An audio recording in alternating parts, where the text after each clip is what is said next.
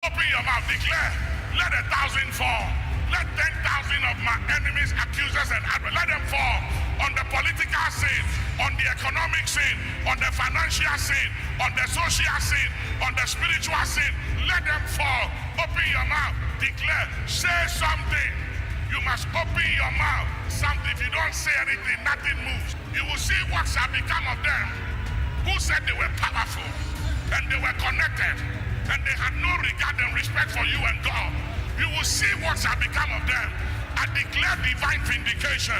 Open your mouth, declare a divine vindication. Be the head and not the tail, above and not beneath, and be blessed. In Jesus' name. Amen.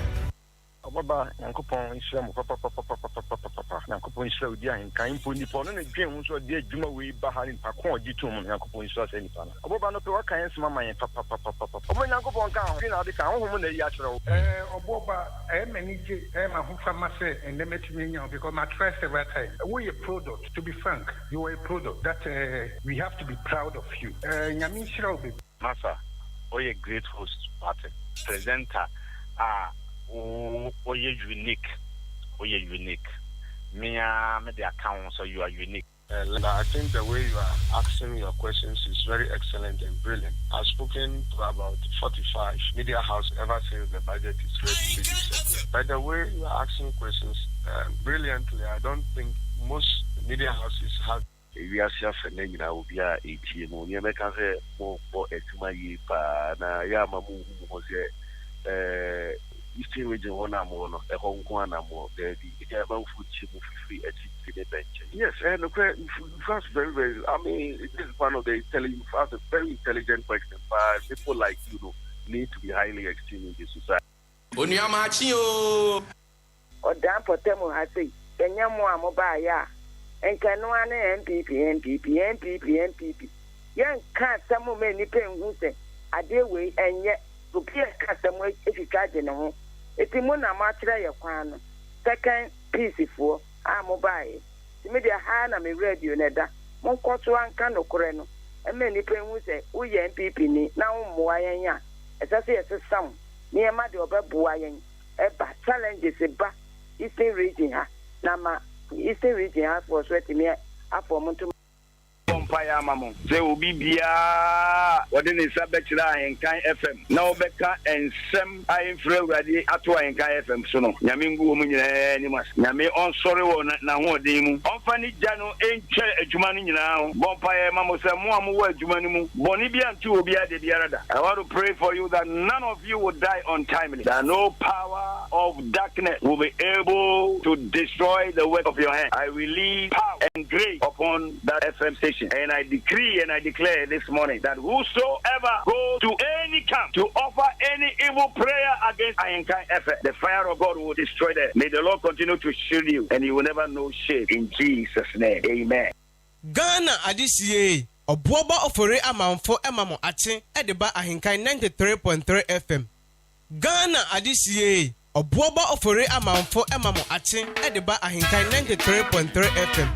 Let's say there is nothing bigger than AHENKAN FM. For me, AHENKAN is one of the greatest media houses in Ghana because you ask the right questions. Ghana adisiye Obuoba Ofori Amanfo emamo ache edeba AHENKAN933.3 FM. Maakye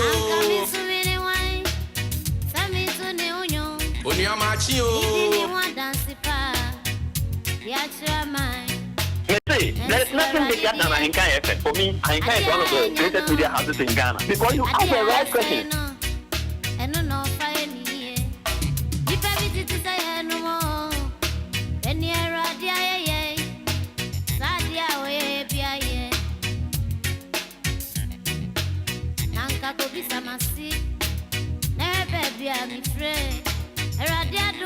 Ghana adisiye Obuoba Ofori Amanfo emamo ache edeba AHENKAN933.3 FM. Maakye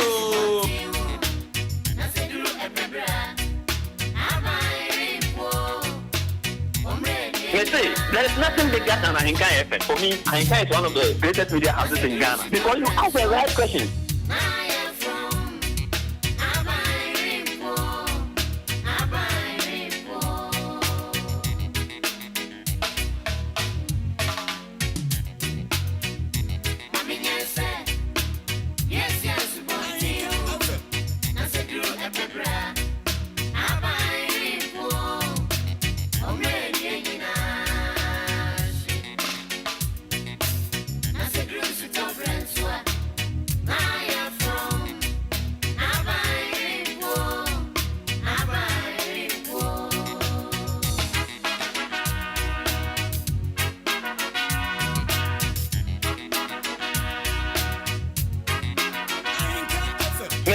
There is nothing bigger than AHENKAN FM. For me, AHENKAN is one of the greatest media houses in Ghana. Because you ask the right question.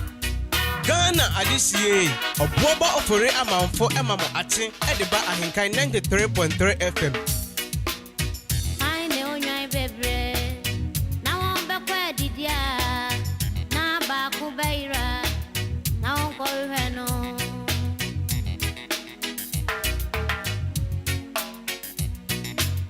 Why know you bebre. Now on bakwa didia. Na baku beira. Now go reno, ubejani akano. Ako reba kuno, ase une swa. Eniji no se wonyina. Mi ana metiane ware. How swama ebe. Maakye o. Mama tafusi wontrasi. Seneradi womafa. Ghana adisiye Obuoba Ofori Amanfo emamo ate ediba AHENKAN 93.3 FM.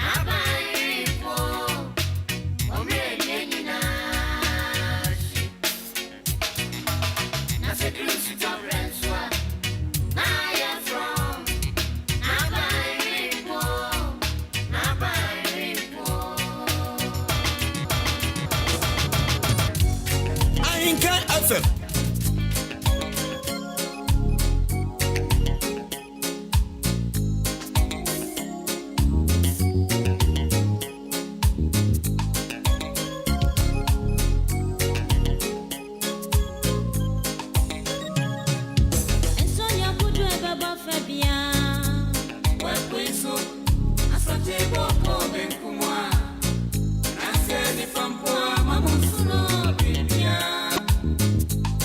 Adisiye Obuoba Ofori Amanfo emamo ate ediba AHENKAN 93.3 FM.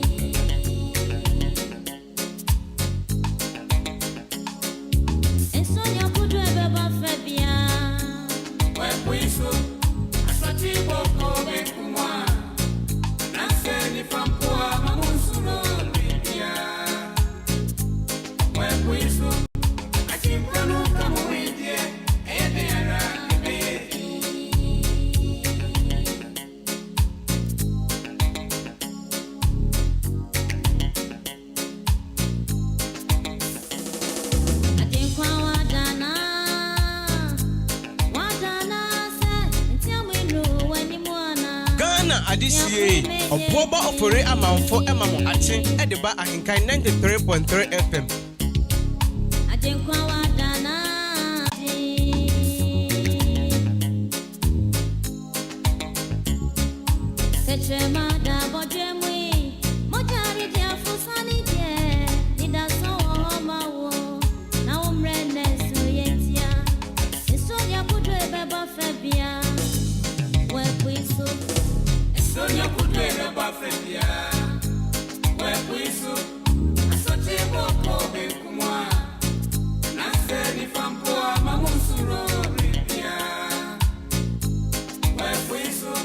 Maakye o.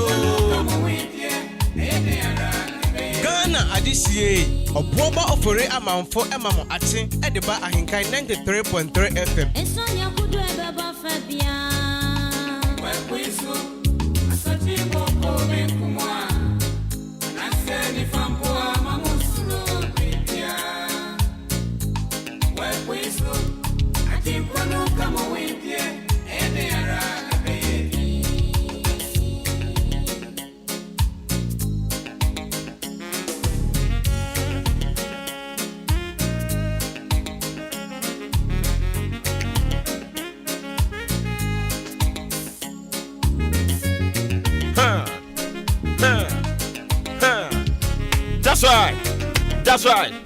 That's right. Ade. Insuro.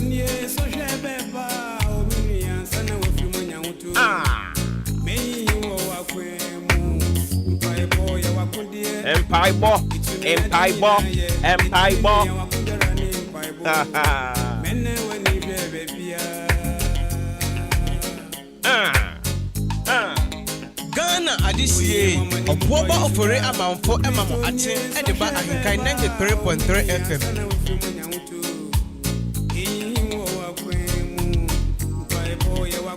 Akodia.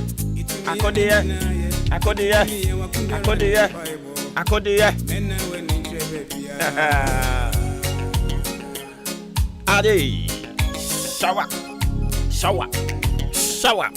Huh.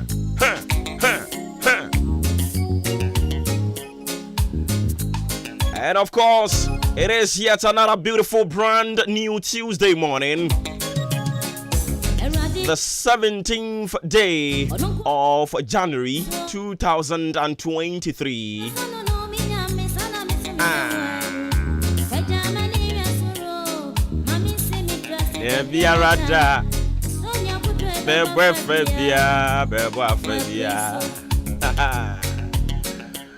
Yasana baby for God and country. Yeah, but for some Cassiano so. I don't see Pacho Yano was selling so. Say free sub break up him say Anopa non dubable. Exactly 10 a.m. We will say a goodbye. But until then, yeah, what am I probably breed him out? Some 40 minutes into 6 a.m. Broadcasting live from our national studios here. Equia Afrakoma, precisely at Chimambo, networking the globe by the kind courtesy www.AHENKAN933FM.com, my TuneIn Modern Ghana Zeno Radio app, Ghana Waves app, all on the Google Play Store, the App Store. Download it, and on the apps you search for AHENKAN933. Baby, I'm be a bit me we are for 9. Streaming live on Facebook, similarly on YouTube. AHENKAN933. Personal page. Obuoba Ofori Amanfo. Erinti oko Facebook Obuoba Ofori Amanfo. My personal page no. Here streaming live. Leave your comments, your sentiments, your thoughts. Finding a good on my end. Yeah, back in kind. Yeah, queen anymore. We will let the world also know how you think about issues making headlines each day.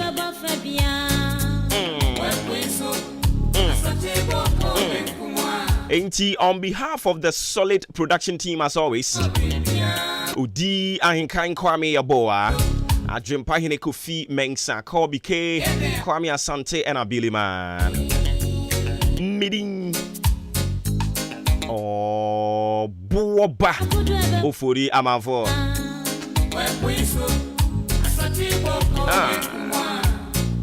And I said, if I'm Mamusuro, Bibia, Abu Mai, Ghana Mai,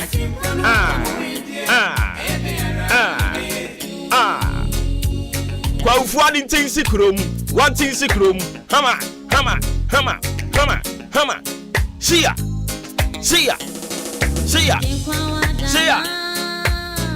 Wadana se metie mwenru edi miana tia pui manijedi. Asoti bia sorry ewo wabrabo mu. Me ka tire upei. Obeka ne to adwom. Etsusuya ene nsusuya bone. Ni nyina ebetonsuom. Yere musa se de ombe se susu de ombe susu but enya de ebe fun sorry as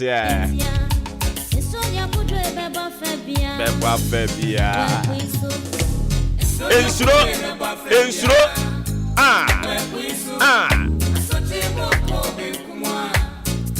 ana se di fampa mamusuro bibia Ghana mai Eyedenara ebeyedi Shamaba Ose owo edena benya Anope that set what joining Papa J. I say good morning Obuoba Ofori Amanfo. Glory be to God for the gift of life. Kindly wish Jefferson Okanse of Tema Newtown a glorious happy birthday. Greetings to Engineer Emmanuel Kofi Apoy, Regional Engineer ECG Tema. So thanks for coming through with this one, Papa J. Or Tema. Yeah, that's it. MC Yaprecon also says good morning. Yeah, that's it. Yao Isaac, good morning.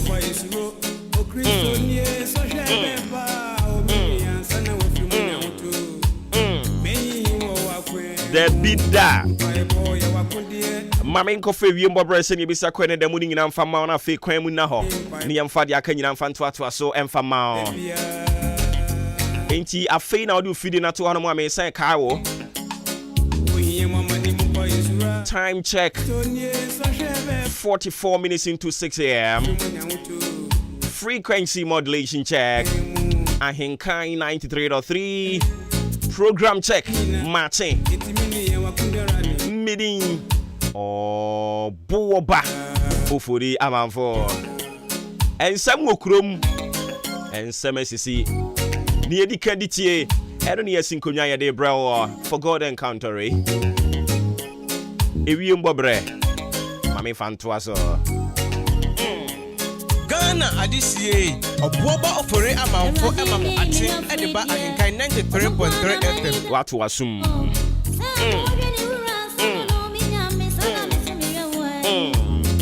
Ready as a roll.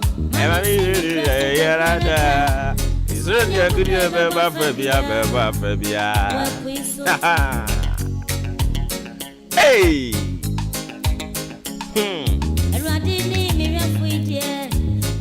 Na many anisu. Ana mewa. Ready as a roll. Emma misi mitrasi de bia rada. Isro nya kunyo beba febia. Adimna dodo. Nanso ebrane ko. Mami fa wiem bobrane nto awo so say na tie. Osemi kan cho say ne anopai no awia no beyi ni ti. Na awia na hoden wo soro ebebo pa. Eni ti ya no ahye ne nso ye kwa awia bremu premto bremu no nso a. Osemi kan cho say ade awia no ano beye dene ebemiem. Ene ni owo duty ni tirimu odene. Enti ya ba say ya na pampamu store fo no.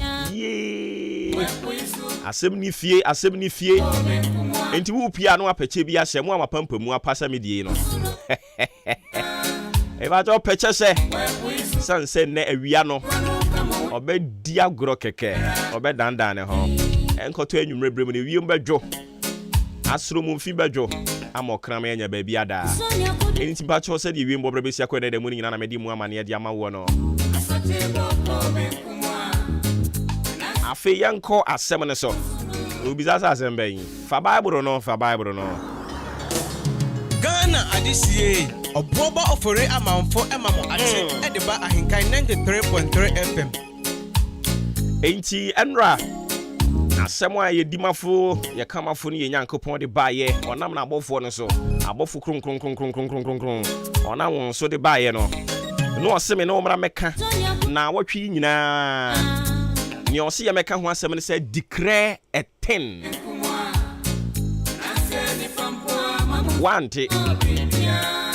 Declare a thing. Na ye would declare and I would decree. Ni nyina ho de wanu ntimi mfa borofo no yi a na de wo fa declare no ti we ye premier ni nso a na so watam decree no enti declare decree obia de wo mu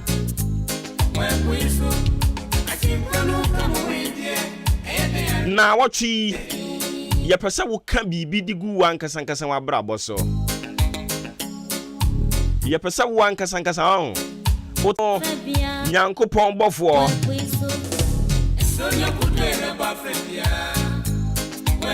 any Jacob ekodi mpu na Jacob ye na adwene se wo mi so mu na ne mpese wo ye ma me no wa anya ama me a me ma ade ate wani mu re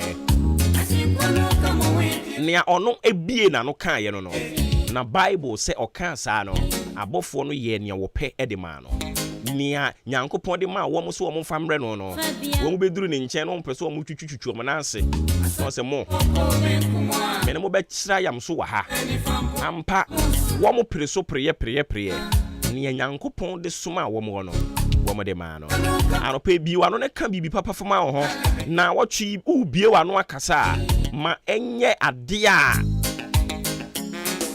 eba be boa wo nipadua no nia ebe boa wa brabo mo a de bia ma no da mo maso wo de kashen koduru no you are declaring a 10 na saade na wo declare no enya de papa eye de yebekuma abofra no eye de de ne da achen ba be sha from wanye yie nso a nso waso be ye sansem panin se kodo eye ma nya ibu aso no ekeka Aniti anopeyi fa wano fa kansem papa e fa ma wan kasa brabo men ka se fa kama mi o me se fa kama wan kasa ho decree a 10 and I said declare a 10 fa wano na kam sem papa bi ma wa brabo enano na yen awurade nyankopon one Zakaya na wano mu di nkomo enkomo na wani ni di nyina ne se osena otu nani no ohunu se amna donko a enipa ndompe egum na awurade bisa ne senti Zakia wo ye sure pa se sa enipa ndompe ya wo hunu yi ebetimi asan kikansi ani bi mu ana how no beka chene say mi nyankopon wo ede bempa na ne ye odin bie ne wono ma ne ye odin wo na wo pai apumu ema enipa nante fa mu enti se wo nyankopon ka se nompe ye ho akokwa yi ensan nyankwa ibenya nkwa me ne wo entwetwe san se minum say to me nyina eye wo dia all power belongs to you.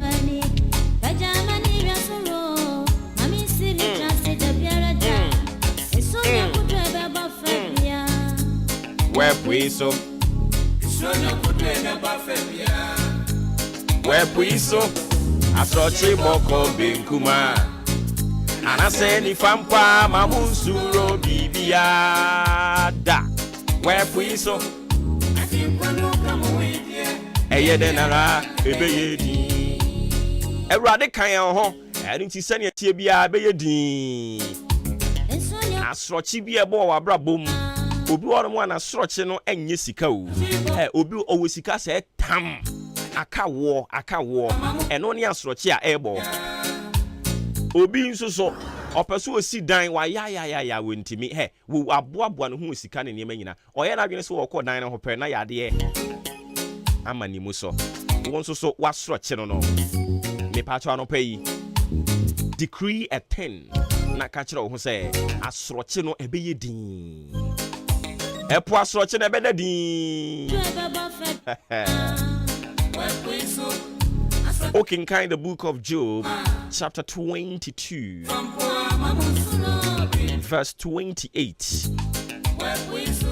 Or said, thou shalt also decree a 10, and it shall be established unto thee, and the light shall shine upon thy ways.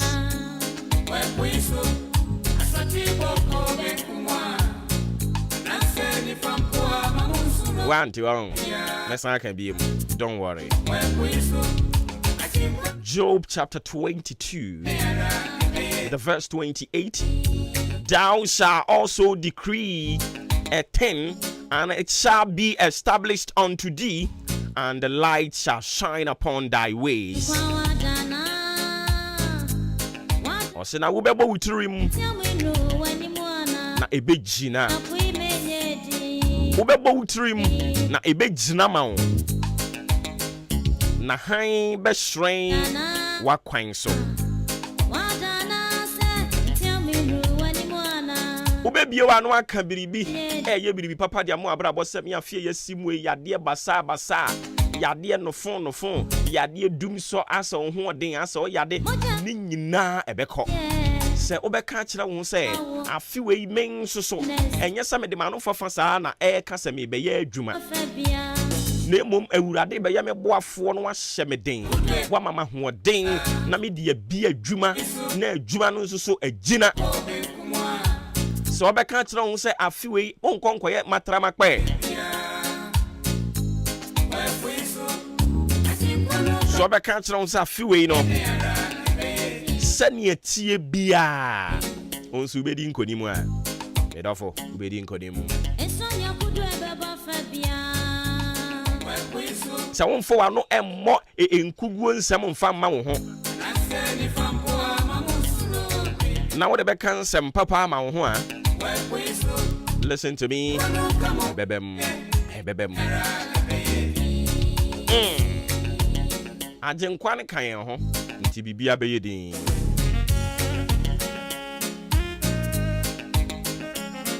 Aba,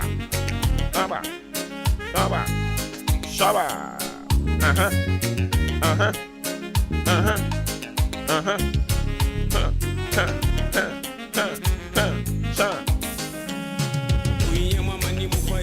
Insuro.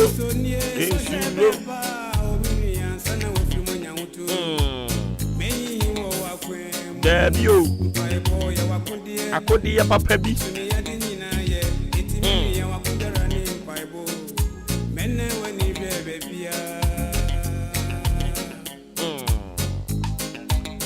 A very good morning going out to you, Yakai Felicia, Aaron Odoi, Ofei Abigail, Munina Yamamo. Good morning. Thanks so much for joining the stream. Enti o join ya. Na wonso so wa share, o like it, o comment it, na wa share.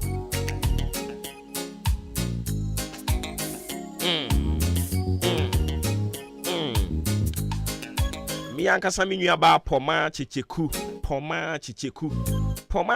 ewo Power FM. Poma oh that be oh you brutal. Oh you too much. Poma Chicheku ni mu odene keke. Where we so Chester Kwachi Brown, Ajua Debbie, Nana Kwame, Kwabena Amponsa Armstrong, Ascona, Bill Clinton, Sintim Isaac, Kelby Covin, hey Monono, Kweku Fanwell, Brakwa Rosemond, Jamal Karim.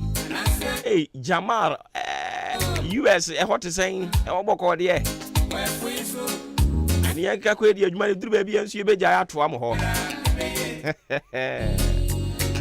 Nana Kwame Kodia. Ano pay me my good morning. So one crying. And I will join in. Hey, na gay ne ho ye de. Adwa Roberta.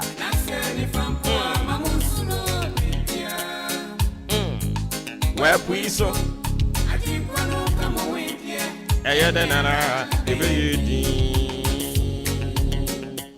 Abusiafo ne Dawson ka chire kwaku buaten Oye police constable Ewo Encrying 37 Oye too much Yeah boma na tutu Yeah boma na tete Kansa mpa fama ho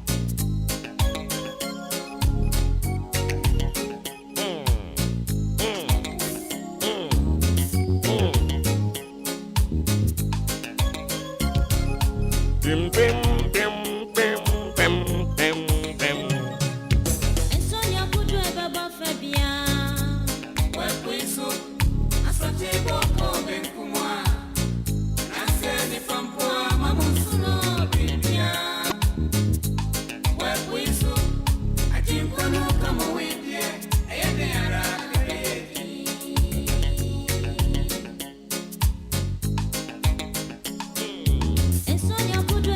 Not just say yes, son, no. Yes, son, no. Yeah, call phone boko. Into ebe cross the carpet no. Na ya call into the world of sports. Update wo ho no no mo dia mayen. Omo wie be sana back. But ne ya pesa wo di hye wutrim. Wa bra me sorry so ne the sports ato aso ne say. Ube bie wa no aka biribi papa e dia mo abrabo. E na no Izakaya die no. O de Nyankopon no mu di nkomo na fe awurade ka kire ne se he. Meri tu media to techere maso and into do be wa no obeka na bebem anopai ensemben na wubie wa no aka anopai me se ensemben na wubie wa no aka odi ani ebubuo kasa na ade a chia bi o ato nipa ne bere wo twum mu nyina na wo keka nsem akese madam jade oye no biwa no ne kansem papa na Bible ame ate ase in the book of Job chapter 22 the verse 28 also na obe biwa no aka asem na bebem wo de kane abeto so na be hyren enti ensem ben na wo biwa no aka ma awurade de kane ato so na hyren na wo mrene so yentia kasen koduru masum ntu kwam maame a wawo ba ensem a okeka de gu no so no wo de atoto pa ko obe hia difo wo hia difo obenyem wo de bebre wo ke kansan pagu abra akwala na abra boso na oyeyi a onsu be yeyi Kristo asumdue nkan ho na dum no so mfa ma wo adomura oye Nyankopon no obenyankopon no nkrunkru Nyankopon yire so kire so seden abra boyi mu Ghana ha asene abo ofo ase ayirebi achemodan kwawu abitifi abene ene mpotem wo ho nyina awurade onwu yengani aseda ofre me Obuoba Ofori Amanfo me yenkomra na yemfa de aka nyina nto so sports ene yedru so Abozeke Sports Dwagum Abozeke Sports Dwagum. This is the moment we've been waiting for. Ladies and gentlemen, it's sports time!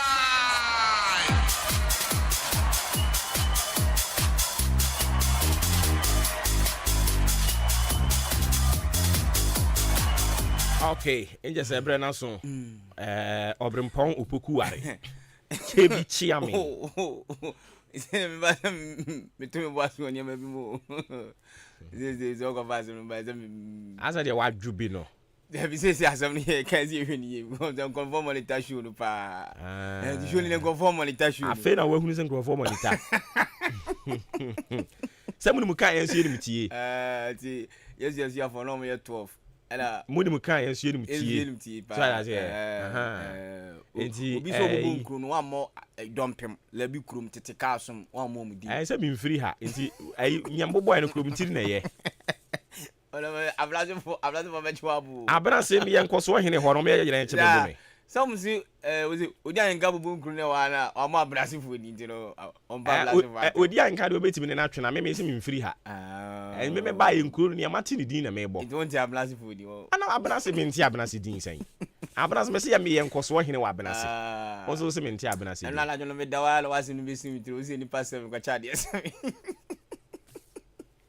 me yenkoso hene wa abrasi onso se me nti abrasi din aseme na waka nti medura abna se dia ma menchi ache busuafo ma menchi a ocha me bedu o ochia me bedu beba no ho ti e di chance ye free akesim ne de bank to mu sa nti ye chia nananka sanka nanka se oti adwom abna okunkom even say okunkom ana kom dim kofo abna se no obi abeka jo se kom dim abna se edimi wo ha oboba in fact edimi nyabotre eye nkomyadin okunkom eye nkomyadin udi agura abdanse for be to wo ha papa wo tantan so ama wo okunkom nkomyadin mfamfo din akonya tuntum din ene nanan ma be bio okunkom enti abnase nana wo ho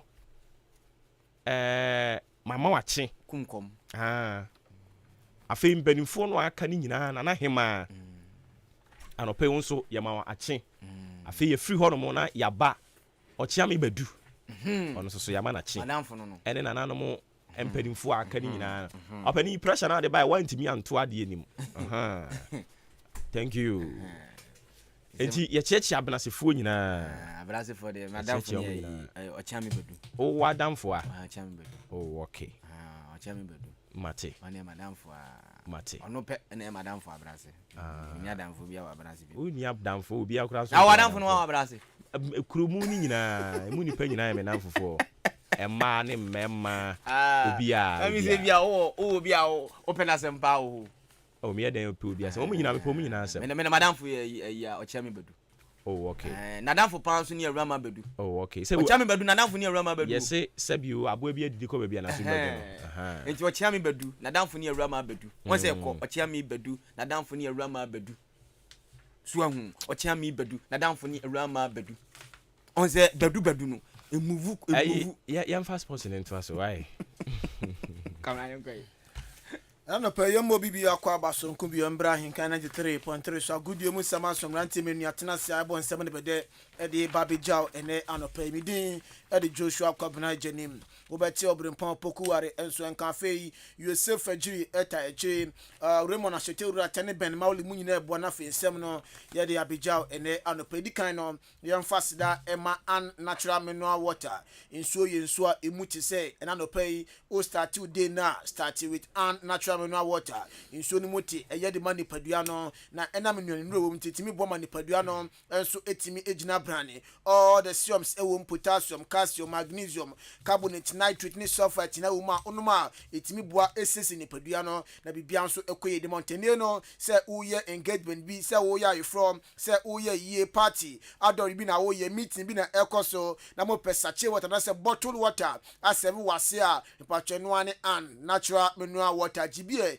na fadu juma na bibia nso enko fine emfa ema fd ahwema gia tuntene no with the stamp asisu se gban so eye onuma enkofo ha bia enso emfa embreo open dudu atua ipatwe kopie mu ewo eye akimodan na se eye Ghana Commercial Bank no car park no ye no na ebonhwanima hwen honom na fo nie enso endi ensawoso number 0249 680 213 0249 680-213 and 0500-231-091 0500-231-091 start today no na end with an natural mineral water. Yenwura Jubilee Hospital Samin Kancho se brai yalena dokro wache no yalena atete wa no odi achi a unya doctor fo ne nurse fo amuye good 8 me show fa bedan Jubilee Hospital say ye wono 24/7 ye adwuma a doctor fo ne nurse fo so de ne jai nimde de acheze awura mutrim se bill amomu di wura odi padwan ma ambetima hwe ma ho so atimi ato kama ye obabia mada obabia pemfo da ye obabia nkwalada na special apemfo no momlai once wo shasle se wanyem no wo de fabula Jubilee Hospital ye be hwe wa kujita ma abewo ema akola no so anyi fefefe enupa ene de be ma se de won so wa akola no onye tantantan na wo bata no so onye tantantan ye obabia ye twascan ho machine se kukudam ebia wo ye pemfo na peso ko twascan ana bia yale be teto be so ko twascan wuramu Jubilee Hospital ye wo theater ho wo peso ko surgery wuramu na ye se Jubilee Hospital theater ho machine se kukudam ne doctor fo ne nurse fo ho so light no gina so enten koda ye wo kanti wo aduane bia opedi bia no ubetimi enya bia di pharmacy wo ho ya twere duro bia ma ana se wachiachi ana wunya ba bi nkoto a fa wuramu Jubilee Hospital pharmacy wo afi ye wo cancer unit ho wo fie ne bia yale bi tete wo pese wo bana doctor fo ne nurse fo no e kire wo se aduane we di aduane o mendi a fo ni chemu Jubilee Hospital ye be kire wo afi diabetes fo ne hypertension fo no efia de bia doctor fo ne nurse fo amuye kejua ombaba be kire aduane adini aduane a mendi ye wo eye clinic ho fa ne se bia wanu nsu osukuku e bia pese ye wani ni surgery ana e bia pese ye di adrogu ani no so a uwuramu Jubilee Hospital ye betimi ayama kama e ho no se na medical kan insurance e adwuma enti ofia men fa hye wadwum se insurance e nya adwuma insurance e adwuma e wo ho afro ni ska kra ba kra betimi ahwew se nya wo su kofia betimi twetwere kakra ye wakemodan ye wa mantra wonya du mantra pe na wo yira kwan na frɛ kwankyerɛfo no e wo 0244 575799 0244 575799 0241 78 46 45 ufre Jubilee Hospital ye be show ma ho so atima to kama Yanshan Samna say FMF Spain Copa del Rey games no ebaso we a run of SA 8 no ene no ebaso na say ene net fixtures no esi etie Real Sociedad et na fioni Remayoka e de ebonisa game no 6 o'clock afi no watwe eba Bobo Kwanda Deportivo Alaves enso ne Sebie et beboni Ochina Girona ne Valencia na ebo Athletic Bilbao enso ne Espan de Barentam so afi Real Betis enso ne Osasuna na ebo na Levante enso atna fi no ne Atletico Madrid enso e de aboni ebony way games Copa del Rey baso ochna afe Wednesday ebeto aso bobo kwandadi Saturday Vigo betnase oni eye Barcelona in ebebo sa enso na Villarreal betnase oni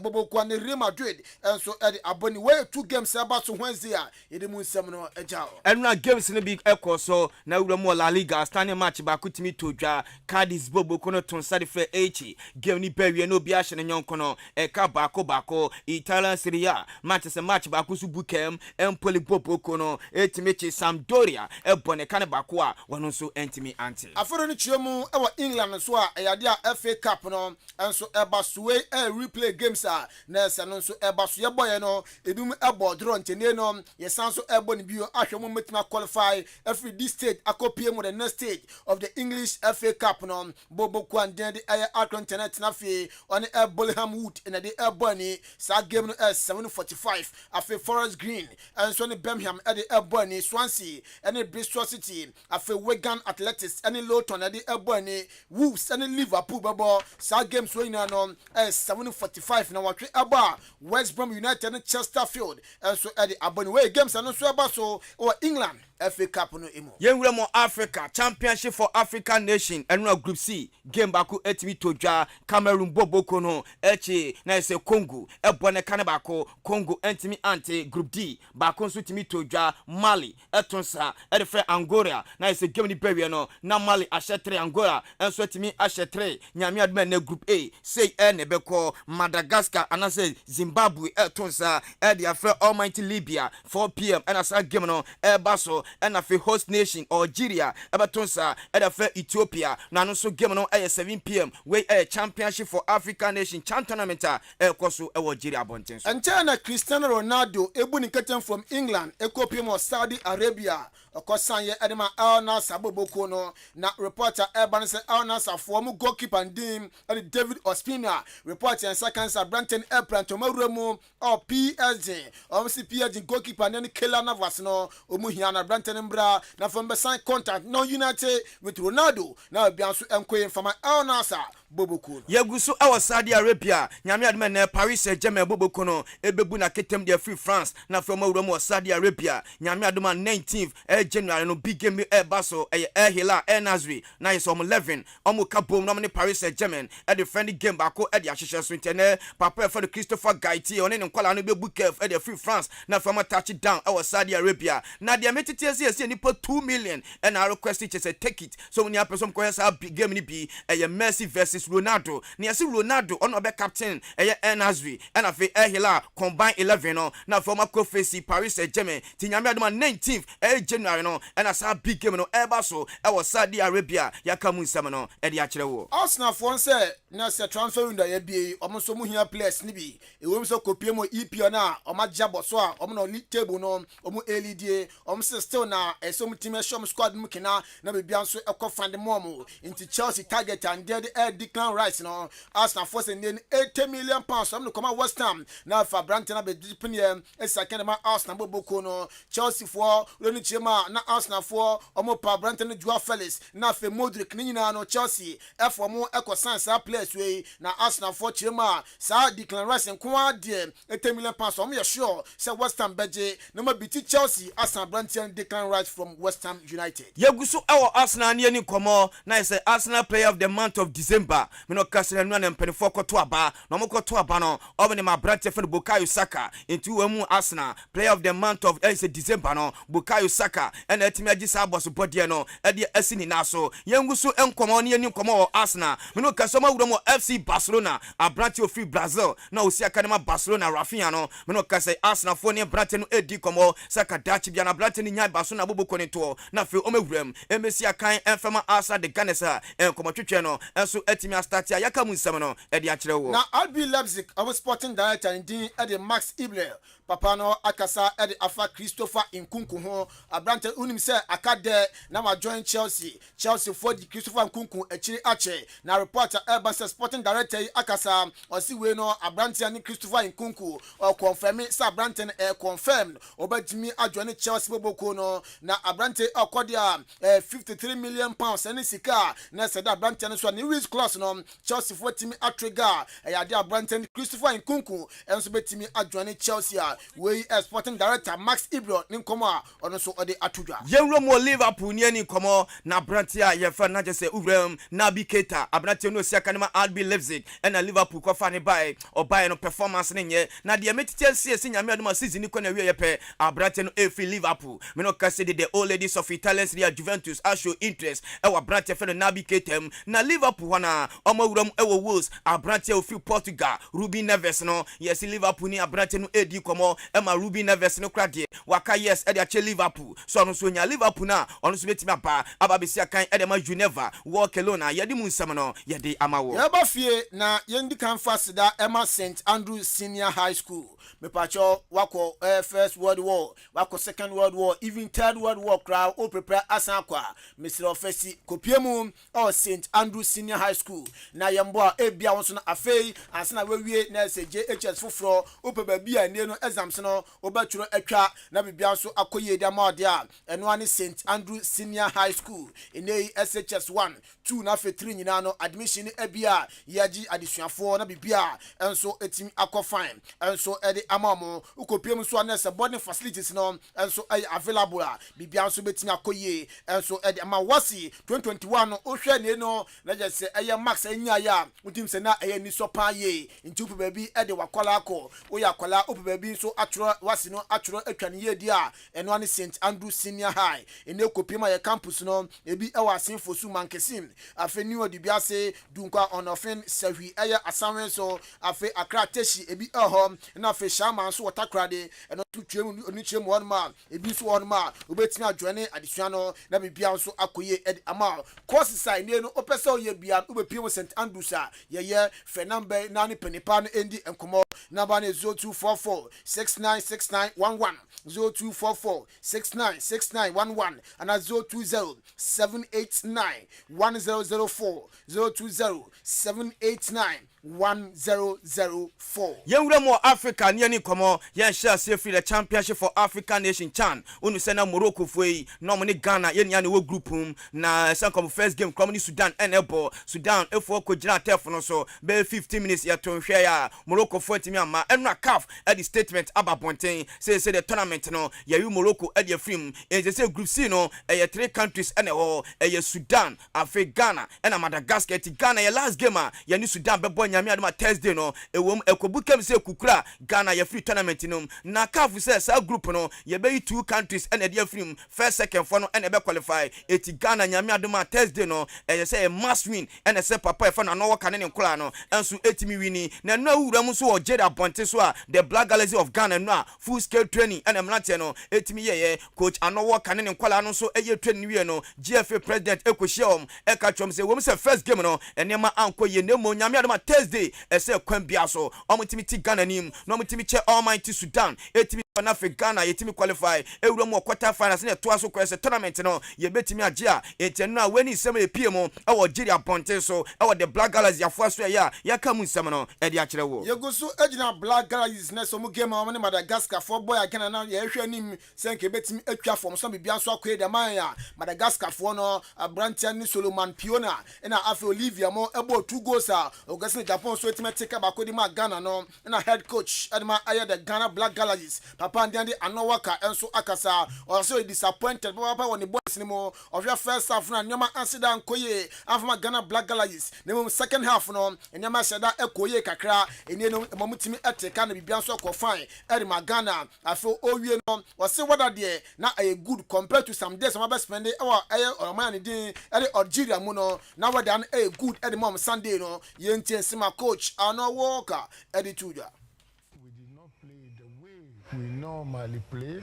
That caused us, and people saw they were better or they played better than we do.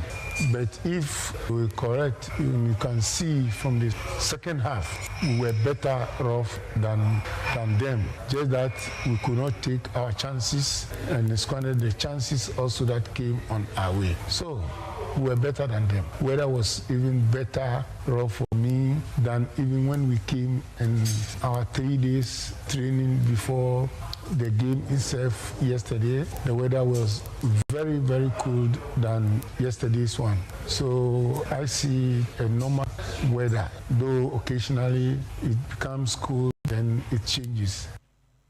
Into way and some say Anna Walker and so edit to the per Christopher Nati, or no say a former Kumasi Matema, a Sangogo player, or say women's first game no, in a man came from a gun, and so OGD says second game and Sudan Airborne, no matter coffin at the Ama Black Galleries of Ghana. One thing about Ghana is your tournament. As time goes, I say yeah, bomb matches in the corner performance. I know next game there. Nyama bekoyi. Expectation no na yeah fans no. Since I expect to say be bono ya mbonesa. Mumu wichiri player no. Ono enya na dream say okwa akojina park no so na abo. See if you no so person onye bibi. Enti omo anya abo first match, the second match they me sure say things will go on well for us. Enti way sema Christopher Nakainate. Young Remo transfer kakrani ni komo mame shase free house of folk enra emergency meeting ni timi koso na say his royal majesty togba fede etre dwuma na nya sem kitwa we aye players house of folk epesom sign any players house of folk epesom do mu kolon na no players no na say 7 players na papa no na just house of folk any dia na say togba fede edi tudwa de di kai aye abrante fa no masol abikwe abrante we onsi akan enfema club ya Ghana ye house of folk edi ni ho komo afi yaya Mohammed isi kan edema Tamale City house of folk edi ni nkomo Isa Abanate Fen Isa osia kanema RTU house of folk edi ni nkomo Ibrahim La isia kan edema Bibiani Gold Stars house of folk edi ni nkomo Abanate Fen Abdul Razak uvremo Black Galaxy kura osia kan edema no waka team na uvremo Ojiri amo hono osia kanema Great Olympics omudi ni nkomo Emmanuel Avonyo isia kanema Beche United omudi ni nkomo ena fe David Abagna entena na house of folk Sunday enkaniskan 2 billion edi uvremo RTU still RTU for so rejected bid no sister na David Abagna no sikano ewo form house of folk enfa bi nka ho na moment na masola bi kwekura de papa no ena house of folk ene dia togba fede ebehia no na fe nkomo twetwe no enso etimi start na metete sa alaja kan bi bewura mu obechem Emmanuel Abenyo ono so kwa kwehia je se Bechem United for no na fe nkomo twetwe no enso etimi start ya kamusam no ya dia chew Everton omo wura mu Star Reniers Abrante Fano na je se Kamaladin Sulemana Blasters of Ghana ya winga no nimbo ne bono meno ka se Toughest Everton Frank Lampard so nya Abrante Fano Kamaladin Sulemana obako sign Abrante no Ghana Premier League no 2 games aba so enra nko piemu awo Accra Sports Stadium Accra Lions etna fiechi Brekum Chelsea ebo mekani mieno ama Brekum Chelsea omutimete kanu bako efriye Meshak Abrante ni goals de obogumpa onyago adema Brekum Chelsea sansona Seidu Basit na fe Samari Salifu womu yamranche ombo 2 goals no adema Accra Lions afi bebiani Dance Park no loni chemu adema bebiani Gold Stars enso etna fie one Kumasi Metema Asante Kodoko ede eboni eko wie se obi adi go bako eto nyonko atinemo Steven Mukwala enya first goal edema Kumasi Metema Sanroko na afi Adraman ya penalty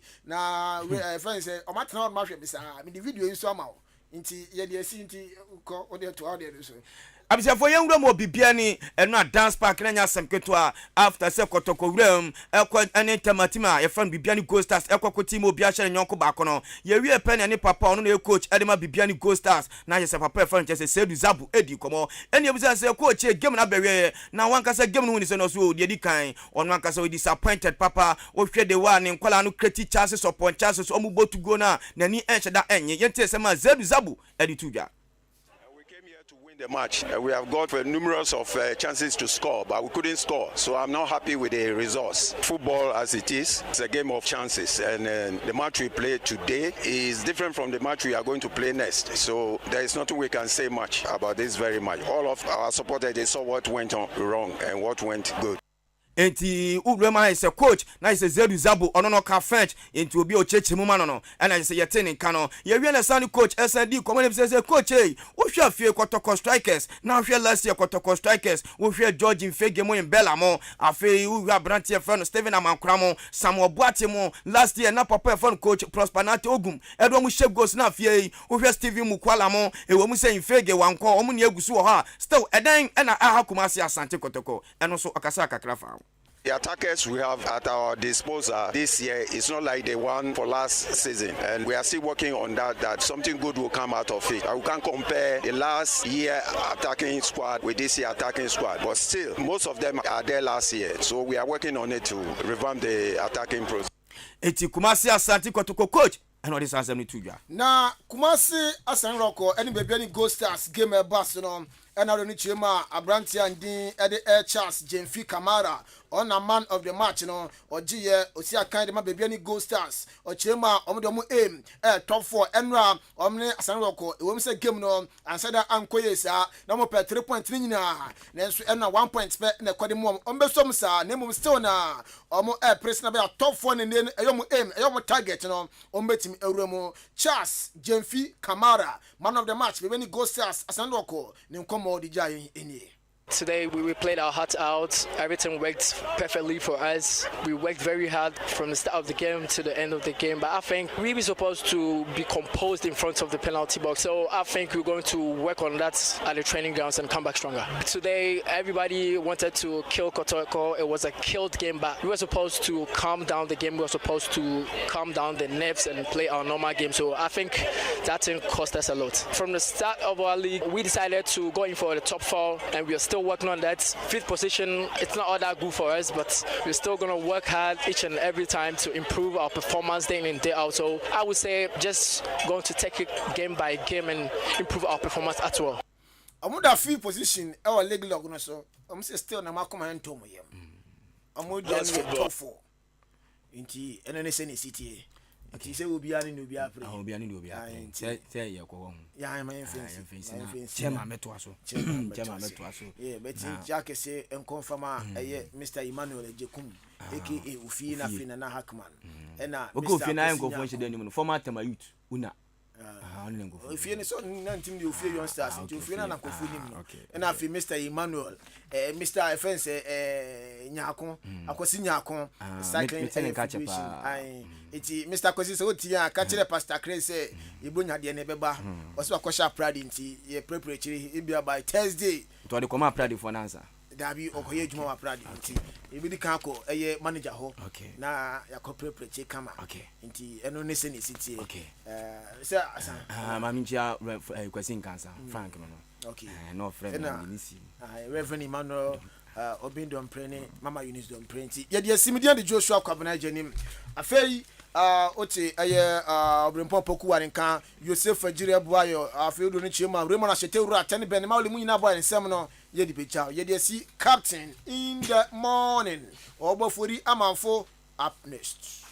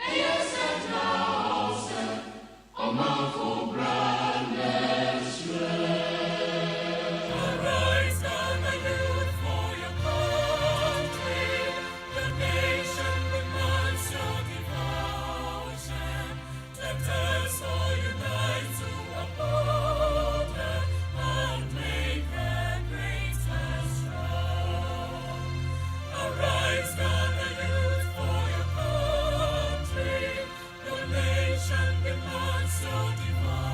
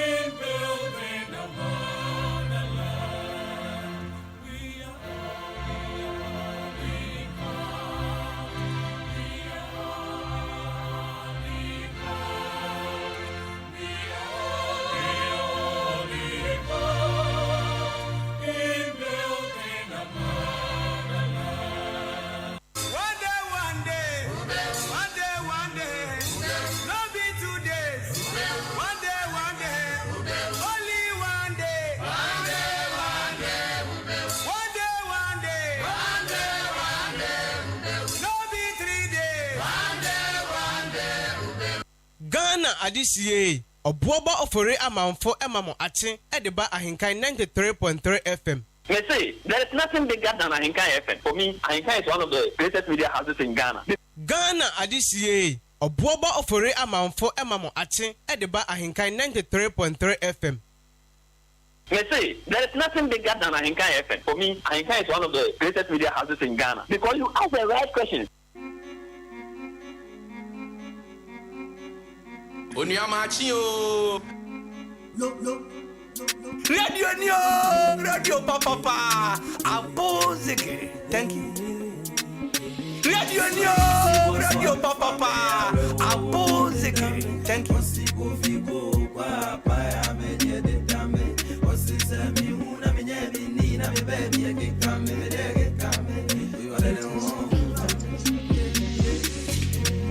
Bye my Brenda, na manzeo da jamedenda. Baby I'm Zemenya, and friend who deep Benedicta. Holy mama tree mama denda, now I'm a Jerusalem. When I have a time with you, I'm with your friend with you. When I can go right for you. Ghana Adisie Obuoba Ofori Amanfo emamo ache edeba AHENKAN 93.3 FM. Very bad, but you miss Ghana, come alive. Say no man about women, I'm a dreamy one, don't you bother, Say the wow, now what I down, they cool me a baima.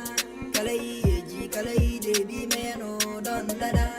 And I do it, them, my who's a bill, see me so come home, but bye, my Brenda, no man, they don't got Jamedenda.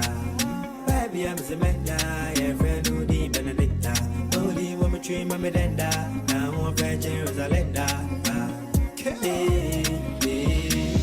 Song of a missing so young con of school. Don't you buy some in a found food? Nobody say me to go there by you. My emphasis on come at the sports team Joshua Kwabene Jenny or Brimpon Pukuare. Anyone more can who you know. How many are going into the world of sports?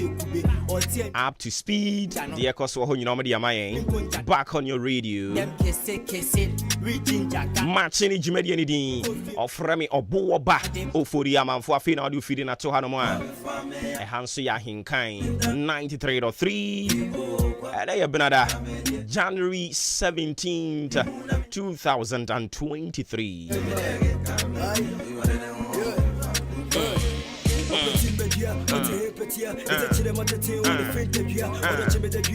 32 minutes into 7 a.m. Switching to the brighter side of life. Today happens to be your birthday. Happy birthday going out to you, Isaac Nana Puku Asante, all the way from Bawi, Accra, aka El Chairmanu.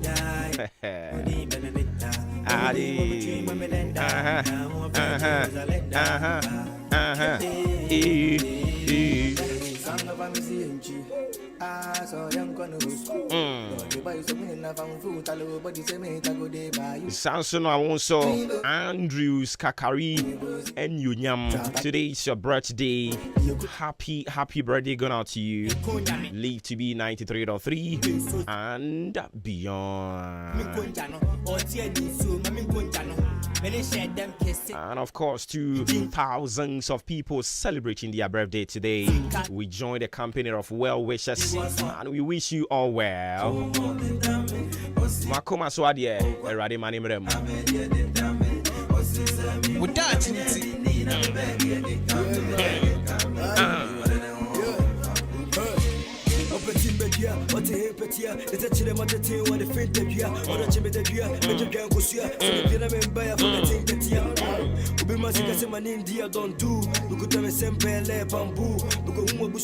so this is a new one from Asaka Boys.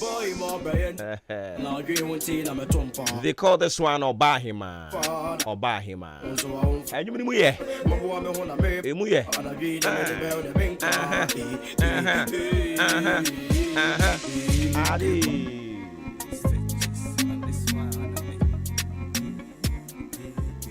Why is the beat no more the abandon saying no?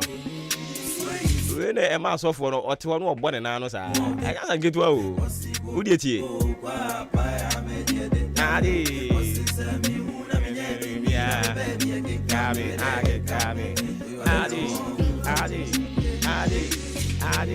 Body my brenda, the man say on that Jamaica.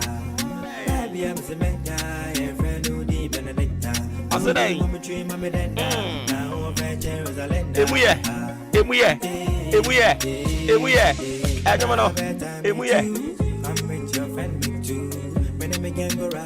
Yabakwa for that chinti dia bro kwentio adisua kakra wom ene ahwe kakra metai ka se okoko to se obi de ne mashe dem na wotu onfo na woni futufo aho gina mpoma na chi na wo so atie kakra e ba cho mayenko for that chinti emfamre also for rainda for ataba homane so yewie benya botre ne asa tie nyum ne munsam yie me yanko ahoma ne somra nyame ni pawti yanka no payin so Maakye na bibi abako de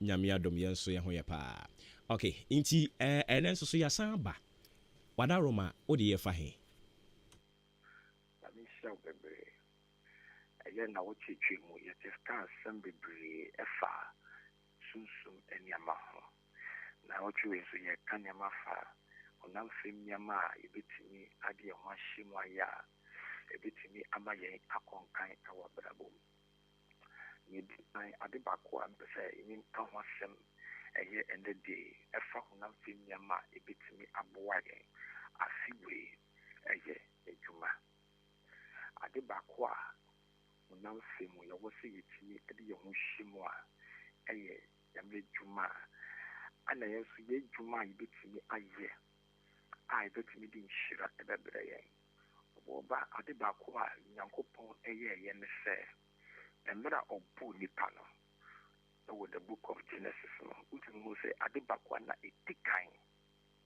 a odin alipa na eye juma ansampo na obeye den odi oba ebeka ne ho nyankopon ka kire Adam say that the mediama we or say dress it and keep it just a see no na anything na na fa into no yankopon ma Adam juma and son etri no or the day oba ebe kan ho 2023 we wa utiemia e dia why wadwen se o media me na me twanya me shira media meni da esimesi so media abrabo na wonsa me bre na wonsa me ye juma Pacho wa utie 2023 which is our dream. Esan se unyankopon ehira nipa so ensanwe djuma. Na se nyankopon hira ensanwe djuma. Na se nyankopon ba na se onsa enkrafi mu a o hira adan na o hira. Ye obi be nyankopon edi hira edi yidi ebrel. Enti se wonya hwia afiwe se sawa dwen se onso be yeden. Be yere bibi. Fie mu ni sambebre na ba menim bi mu ho no mu a o ma adwen se o medimani ato be ma me ne na nante so obey bi ama me wo yo bana se wo tie nia 2022 twe mu ebebe mu anya hwe 2023 pe djuma bi sua wo ya brante na wo tie nia jiwani fi obi so jiwani fi abusuani bi so jiwani fi wofa bi so na pe bibi na fa ho hwemo sena dwe wo trim na pisa ho se me abrante me ababawa den na metimi aya etiji this ka ebebreme den na metimi esua mabrabo mababuwa me ena pesa de no na fa ho eden ehimo men ka wonsa enhye wo demri fem afi 2023 na men kasi de shiramio iradi shiramio iradi on shirani pasa say your mouth ukra zero now say yankopon emfa 100 and shower 0 times 100 is still 0 but say ukra 2 na say yankopon shira say ukra 1 na say yankopon ekra 100 no the shower and multiplier who be eka ho it will be there o chenya no to we afiwe and fa ho say ni more thing say ejuma no ayetikiu say yakasiu fa ho hwemo e obi ejuma fa ho hwemo na also ye den ebon homoden na se obon homoden a na kopon shira ebe ye den ebe ka ho na apega se djuma na ama men count and show them the film. Men pretend when you answer Ubi, say I feel on the show. Now, one can say, say 2 months. Bible said, no man only. It's in Mumma in the day, Yemi, so who should be more than a couple shall ever come one, a being shira Amayina. Over women and the Amen. Nyame enhyira papa nyankopon ya adoma chena yebesana baby mu. Okay. Enti yene osofo Raindorf Ofori ata ena ekotwetwe enkomo no. Wo dat nti se ne be ya obra kwentu no niam betimi akoyie di ama wani nti ena ye sha afe no ase bia no a ye de Start It Right Summit de brew na eno no yene nyame difo nyame nipa a wabene wo sunsum fam honam fam na wadi anim atenetene kama enti bosumi we nyina mu no ayese ya na ebeye no yewia na yesi February ni mu a na de foforo ato aso de ama Asaka boys ayi ma enwom ne nhyase ho na yem feeling free anim ho no amfa nko ni enti ade kakra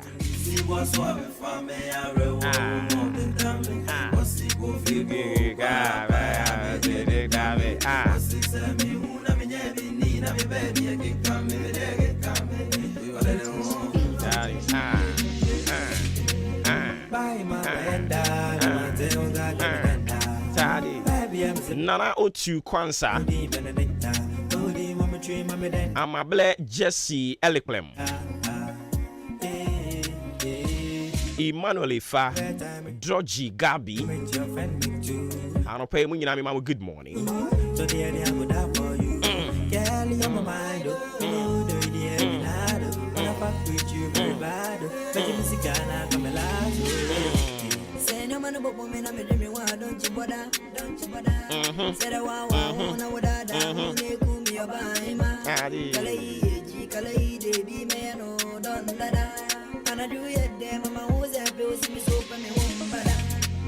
Buy my brenda, no man say on God, let me denda.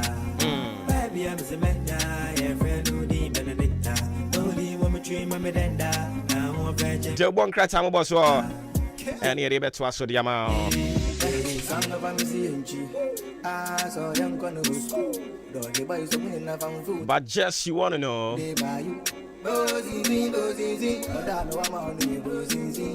Public Utilities Regulatory Commission PURC Omo chere so mo betu nsuom ensuo bu omo tum sanso na nkane aboye tum anopa ye bedi mu nkomo ye tum sen na e hyase e breben e nanu ya no meka chere so omo atum omo be man good service question na ye bisa ne say good service no omo de amayen baby awo no nsuo no eba sen na ho asem sitie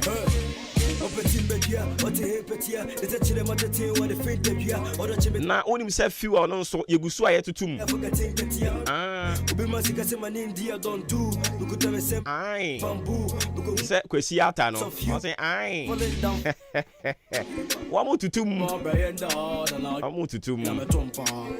enti ye besre sidi no so egusu eko o ka am sisi campaign didi na question a yebisa ne se magic ben wo mo ye ya December ni mu ene ma nyina stabilize kakra no e de ba dia hey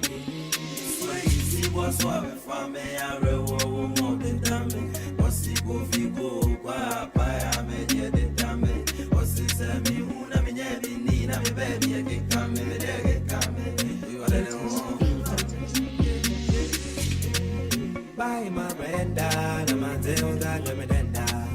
Baby, I'm a menda, yeah, friend who deep Benedicta. Only woman dream, I'm a denda. Now I'm a Jerusalem.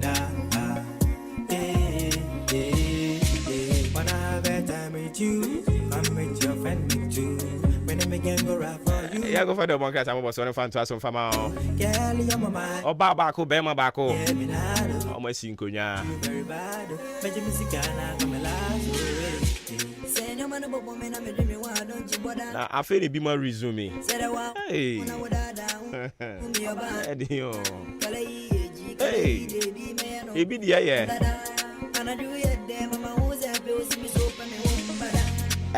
Enyume no ede dodo yedi akira yenko. Oba. Papa. Dibi abako de. Nyame adumo na. Afishi apa.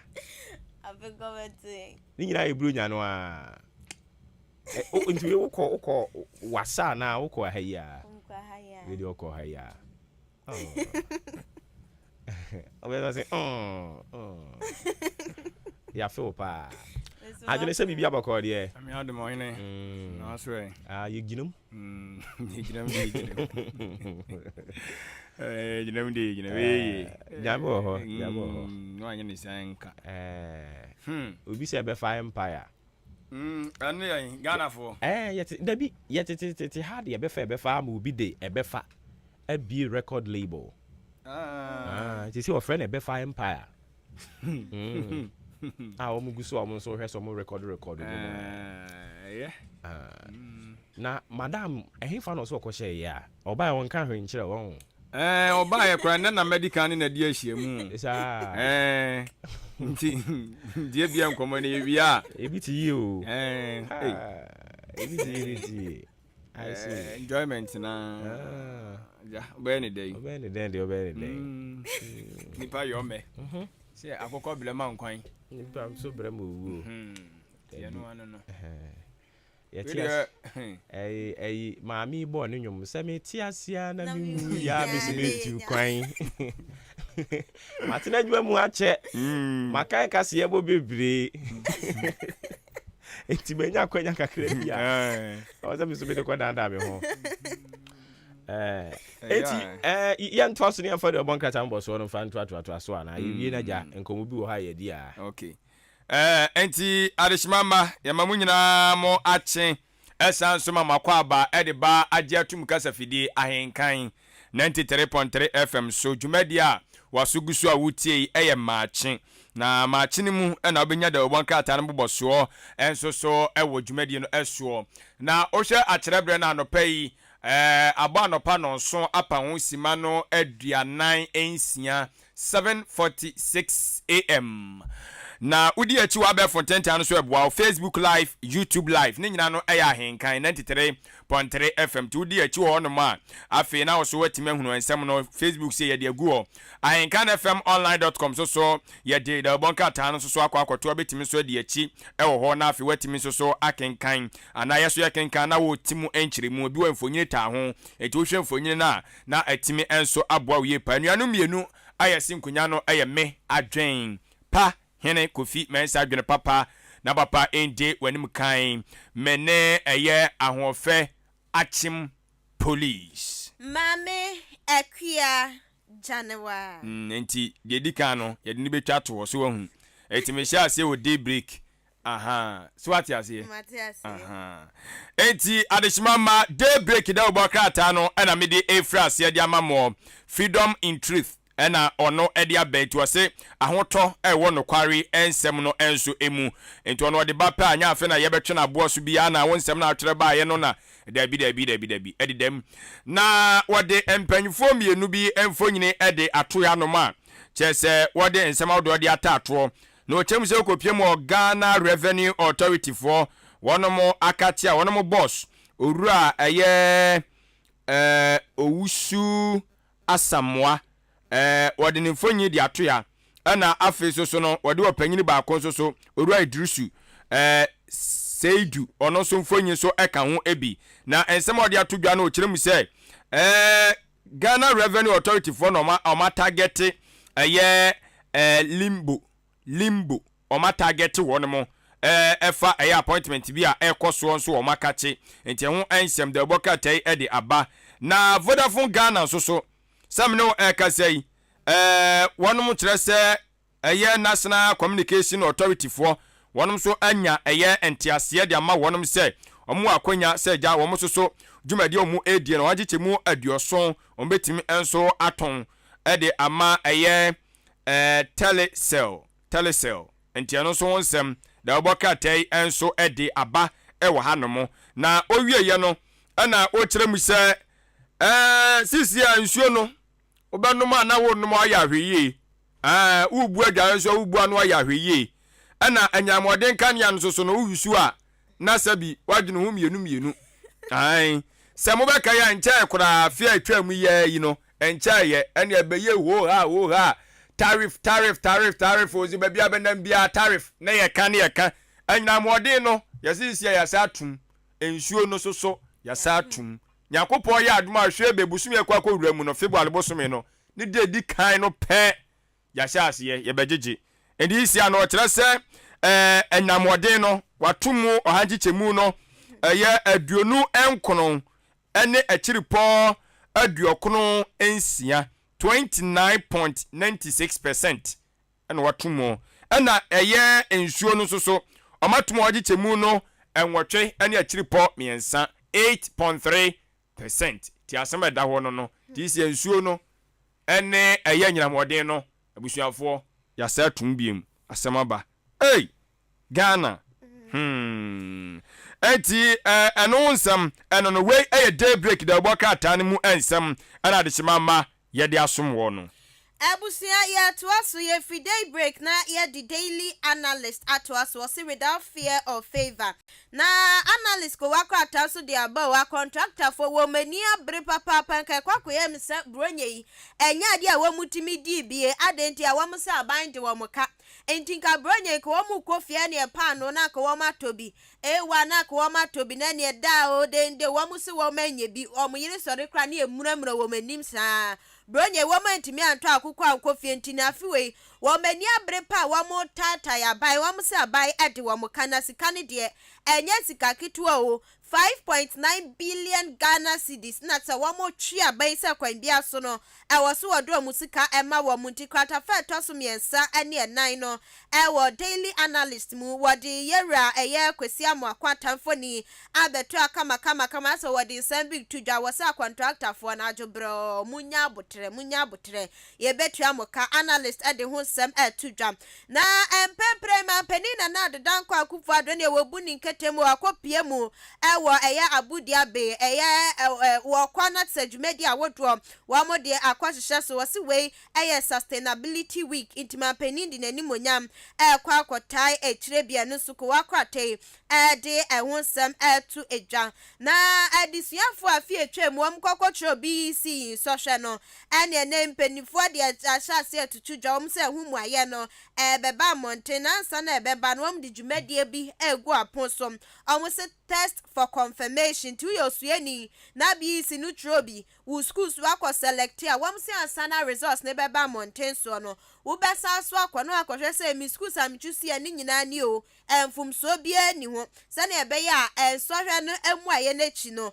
enkofo ha ni atiti bia mrentin wo mugusu a wo mo ebo hu dero analyst ko wakrata ede ehonsem enso atudwa na ko wakrata yi ede ya mama Jimaima Owari enfoni aba registrar general ene mama ni abriye pa wose enyuma nku e wo man mu no edoso pa so mo wo matimi a register wo mo nkratem no waseketekete bonge wo mo maka ni nyina wo bia register yenti afi ne ni abriye pa wo chemu se business registration fee ni kura yatum enu susu bo akoso no tene wo bebi adwuma bi na akwa register kan hu se sika na utua ne dada no enya no na afi wo betu abusia wei aye daily analyst ko wakrata no sisi aso bebi business a na akọ renew a ho krata asem ni nyina so masa atoto charges ni mu 2023 o so mo kan on yes 2023 be adin ebi musu se be ye o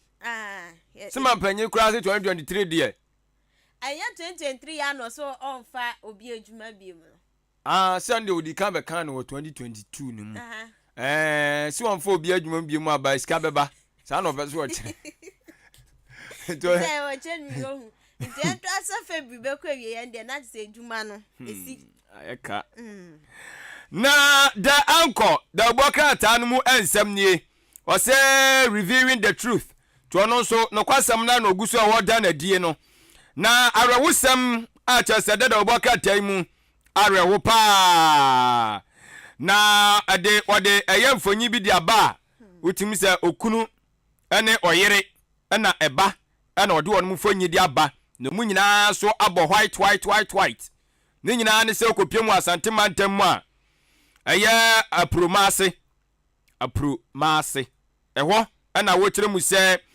polisifoɔ mbaras bi a wɔhɔ no mo egya kɔte so da ba kuma kyerɛ sɛ ahye dan nam so ama enei o polisi ni ɔne ne ho kani ne ne ba tim keja agye kura wɔn man kabi ɔmo ahye jasa are ho adehimama tie wɔtwa ɔmo mfonyi de aba tim sɛ bɛmma ni monyamfoɔ bɛ ni monyamfoɔ abra friends so hwara tim sɛ yes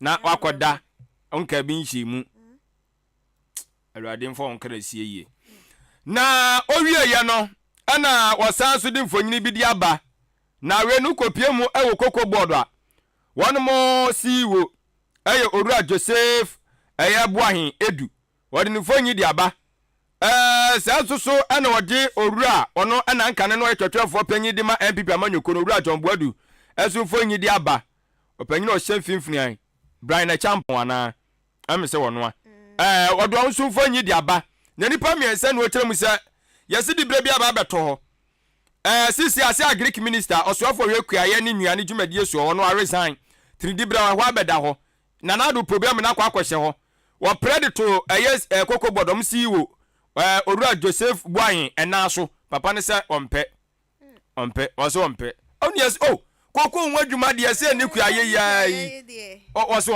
ompe yi bia agriculture bia koko ho no mo de wate mane nya ne koko hwe ne koko so ate Ghana nya koko de hwe yen na odi kua ne nyina be hye ne nsa se koko ho bi be ko so enti every sasi wo no medru no ho wosoro ho no na so ate mane ndwa ne odi koko ho a wo pa achew koko so ne body e dabi koko ni body na body ntipe ni koko u say empempi koko no mudua se ne be fifi ntempie ni body esisim no body no ade na e woso no uton a income no compared to koko no anya pe o difference no so onya papa kaso wa say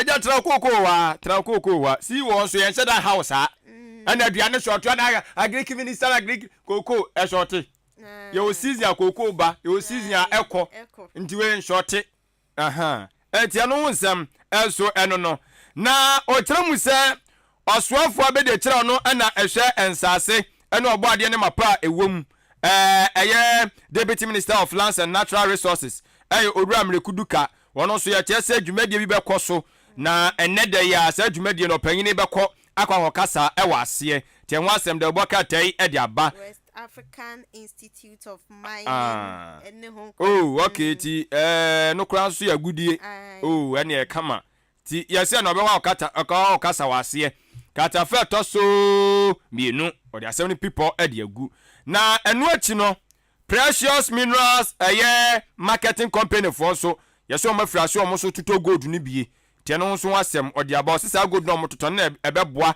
ama gold for oil no yɛtimi so ahwe ahyɛ mu kena tie ho asɛm ɛno no ɛnyamɔden no ne nsuo kan so na ɛbɛkɔ soro no so yɛde ka de ama ɔdada the anchor ne kwasɛm no ɔda na die no ebi ɛna mede asom wo yi Ebusia Daily Post ana yede etwa so na Daily Post so guso a wo bode rosa enyinam kanea ni ensu ebuo no bekwasoro na wo wi na wo chem se National Cathedral project enyasem kitwa o na no mede mani ko twa mansan kokohwe bi chese afekra na asase ni ye jujujuju so afa level ye nhase na National Cathedral ye nyanhase na ebusia ho sem no enyasem kitwa na ko akwata di aba ana wo chem se sofu pani a National Cathedral ni sini naso Reverend Kusi Boate se wonu kra no wokita identity mienu o wokita mienu ene ni din ewhwe ne ID card na baako Edu Jemfi wose no ne ye ni fie din home name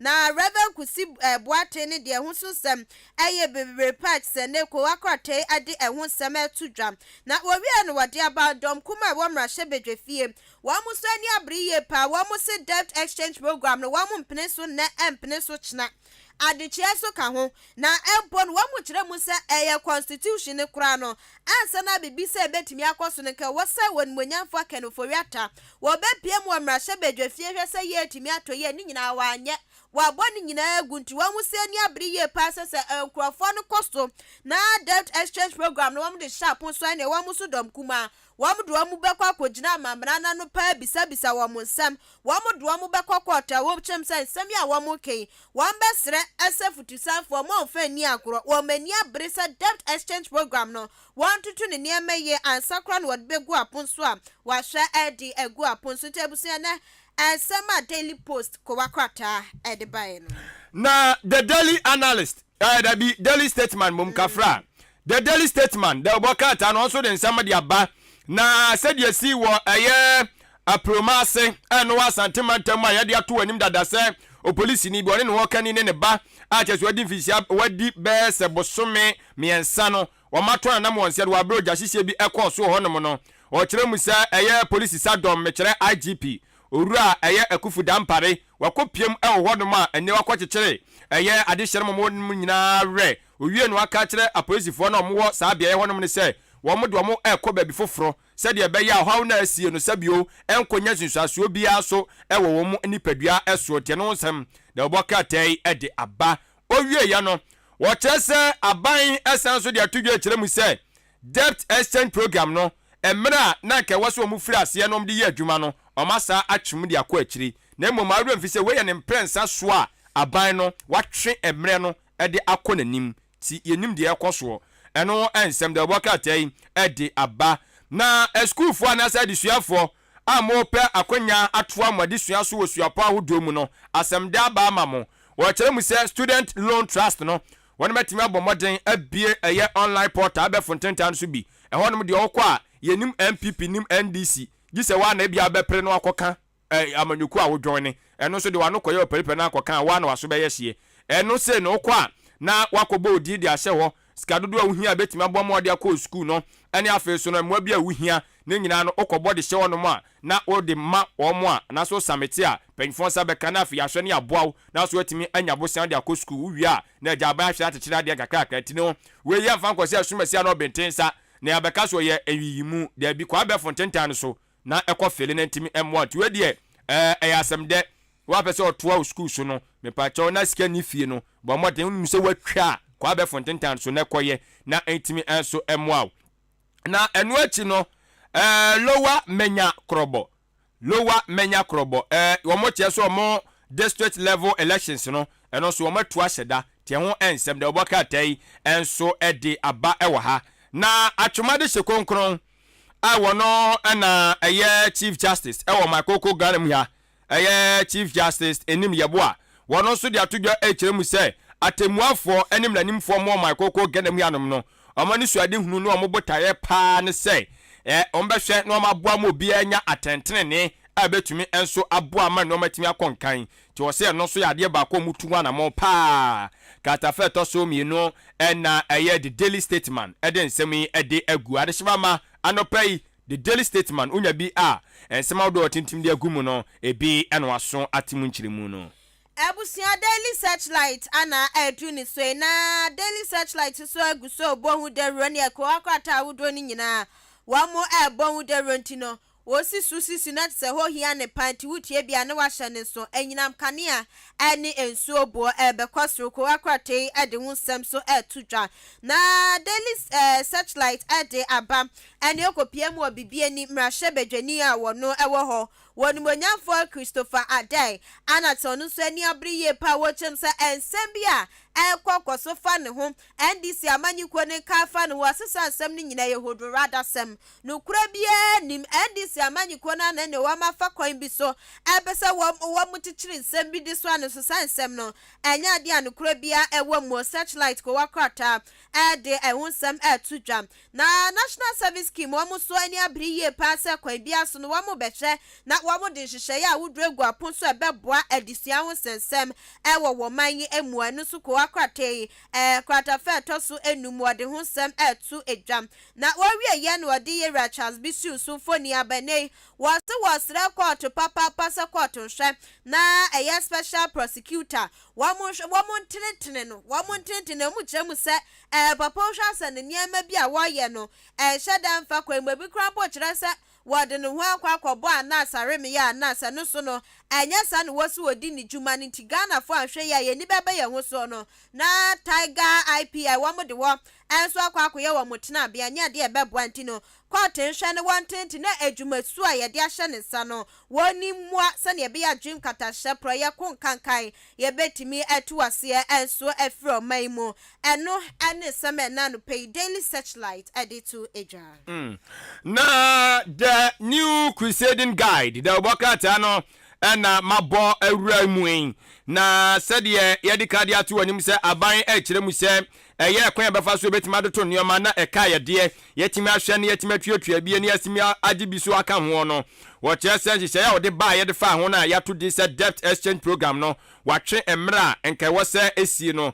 watwe mu de akọ akire kakra na eno asem wo de aba wo de osoafo iskasem to yeso no munyafo knofuri atamfo nyidi aba na se wo de nsa sum na no tumi se yes nioma nkoyi sinipa nkoyi na owie ye no wo chemu se DC bi so na kura bi a wono eya brantie yeso ono so sabio wakwakodi anyamode bi a anyamho de ye bedi ano no mam nya no nko no ba bi a wakodi nsemu no bi eno ano tiawa ade akire eye police ni bi a eno so won sem the bucket ade abakata fa toso eye edu asem no tintin ne people ade agu na owie ye no kire mu se national cathedral na ye gusu a yesie no sisi a ye nyina na yesie nyina na adonko na yesie wasisi a no mamu na ho na amanfo de betu dwa chemu se 2.6 million bi bosia bi akwakowura ba bi eni kwase ekowura won mu chemu se national cathedral for mpanyufo mo hwe dwumadie no so no omaba be set record no straight mo ba chirichirim de ekoba ya amasa sika no eho enso akoba nsem sa no maba bi chirichirim anu achi osofa be de chira wono na hwe ensase na obade ne mapa ewo eye emu ene eso no eno so ye odura benito owusu biu atwoma nwebeja north abato pesia so bla shebedwani won so de atudwo chirim sa abani gusu a wo sisi eye housing unit no ogusu a wo sisi bia na we na wo sisi no wo de baba ma apolisifo na wo so atimanya ba bia atena no mo so dwumadi omudie no atimi enso akọ tọtị ade obokatai ede ho asem enso ede aba wo kyeremu se aye court so betena se na afi no de eye atemua anasa atemuo enso ede aba ede afa enei ensem bia akụkọ so ede afa apostle buahin enso so enwo tie no nsem de obokatai so de ho ensem ede aba de new crusading guide de obokatai ni mu ensem Ebusia Daily Dispatch anayade etwaso was factually reliably factual. Na dispatch ko akwata den sama hudo to dra National Cathedral ne yedikan abubobu boso ene so ko akwata etiaba. Kwata fa toso miensa ana wochem se enka ne chiamia wa maiga na mra shebedwefie aya Professor Michael Quay ne neni abriye pawo kasafa 1992 abato ekoso wo no openi ne akasa afa ho ani ti wakuchi wonsem nyina ade agun kratai emu na dispatch ko ya no wode aba na ochem sei enkran pumpu ni matemu nya sam kitwa o NDC amanyukuo no ene confusion party asi wo muntement me wase eguso ekoso obesi nei constituency elections a wona wo muton constituency bi wo wa montu wo mudi o egusu da paso ne court de tabuato so watchna eyefi so o na eduntam ya beto na duni dress o court esa de tabuato so ntiama wo mani abri ye papa mi sei enkran bumpuni mantemi constituency wo montu aba no egusu da ho besi ne ya mene wo ekasem na ko court kro ya so de aba an wo twemu sai ye raboachi ejakwa ne wakwa kopie mu ewo eye retired akpalu onu so ne yase ne onu so tribute odi akwakwa tudwa wo chemse openi enfishie duase bi etwemu 30 years ago bi wo peni jene kwaye panti se ne wada ne sa ebenkum so a ewo so onu so di dani monyam eba beta chene ne last respect kram wade enso ema na no pay Daily Dispatch ko wakrata ede ehosem eto eja na the already etwaso eye Ghanaian Times GT most authoritative newspaper eno ensem odi aba no dodo na yedika dia ma odada ba ko a no edamu ya soronko no wo kire mu se kopiem ewo Boga Regional Hospital a wo mo so esresa aban nhwe na o meye wonom emwa ewo mudwumadi a wonom edie no ensum se de be ya ayasa mapa mo so betimi dia matemamufo enti ho asem de boka tai e de aba na wo de eye minority leader onumunyamfo Haruna Idris Mfonyini ene DP asem no so kasa fa etoso dubaako katafe to so dubaako no wakuchire nsem people edi agu ne nsem aka ni nyina na de shibama yedi ka de asomo ewo de obon kata ahodo no mu dada Ebusia yefa daily graphic and to us wakunim ko wakrata wasi truth and accuracy every day wano so sama hodro wode eba ya bobo so enyinam kane aboa ebe kosoro wano so ade aba na watwamfo ni bia betoa emfoni uhwa na tse yen krampumpu ni mantemu ga south ewo ana tse kokko twamfo ni ani a traffic light esi won sane enkran wa ma traffic light no na tse dade no achia tofo mani so no still na egususuwo empenufo awodo atwamu wo mu hu so egususuwo na kwa akata echemu se ada beje direga no ahwa wo haw ade bebro manya sem ke 20 no wo bo penifo kokwa wo mo hwem na wo mo enkwankwaso wieye ana wo chem se oil for gold no gold for oil no ehye na egusu ene krampo bi mo ayomutie piat se wo mo eba beboa se na bi asa ehye no eno so ebekwaso ko wakrate ade ehun sam atudwam na woni monyamfo Samuel wokuja tabla kwani na ni abriye pasa kwan bia so no Reverend Kusi Boate ene transformation wo munye ni munhwehwemu se ne bi koso a enya de a wono wotiase so a enya ye de bia dante wo munhwe no wo munye munhwehwemu na wo munfa ye entu ye no so na no pay daily graphic ade wonsam eto eja The Chronicle the Obokrata no na mede ebei eni ono so ne nsam no dodo na ye de aba enti ba komienu miensa bi a edam sonkon na mede ebei wo kire mu se kokko akuafo na wonum kire mu se eye ajazarafo wonum aye report bi omo chese han omo de nkura no ye adwumaden ni adeade wonum chese enya no kure saa da biara eda enti kokko akuafo tim se nya de so omo de mofra ebinum ye adwumaden wo Ghana ha enti wonsem katafa etoso mienu miensa ene enso eso The Chronicle the Obokrata no akuchiri ensem ne pemposo enso ede agu na owie ya no ana okire mu se eye Ghana oil no eno so wonsensem ene said yesibi ekonyina so akuchiri ade agu eye the Obokrata yi enso emu na orura afoko so na ekase kyemu se ni fingerprint bi no yase eja efa ne nsem bi akwakoda eye koto mguso mu edi mu enhwemu no enya Gregory afoko a anyo ne koku MPB enwo sensem no ananya ono a am say ono a Gregory Afoko I think say Abuakwa baby Abuakwa MP Abuakwa no fa na BB dankwa JB dankwa na asem na nti eno so nsem de Obokrata yi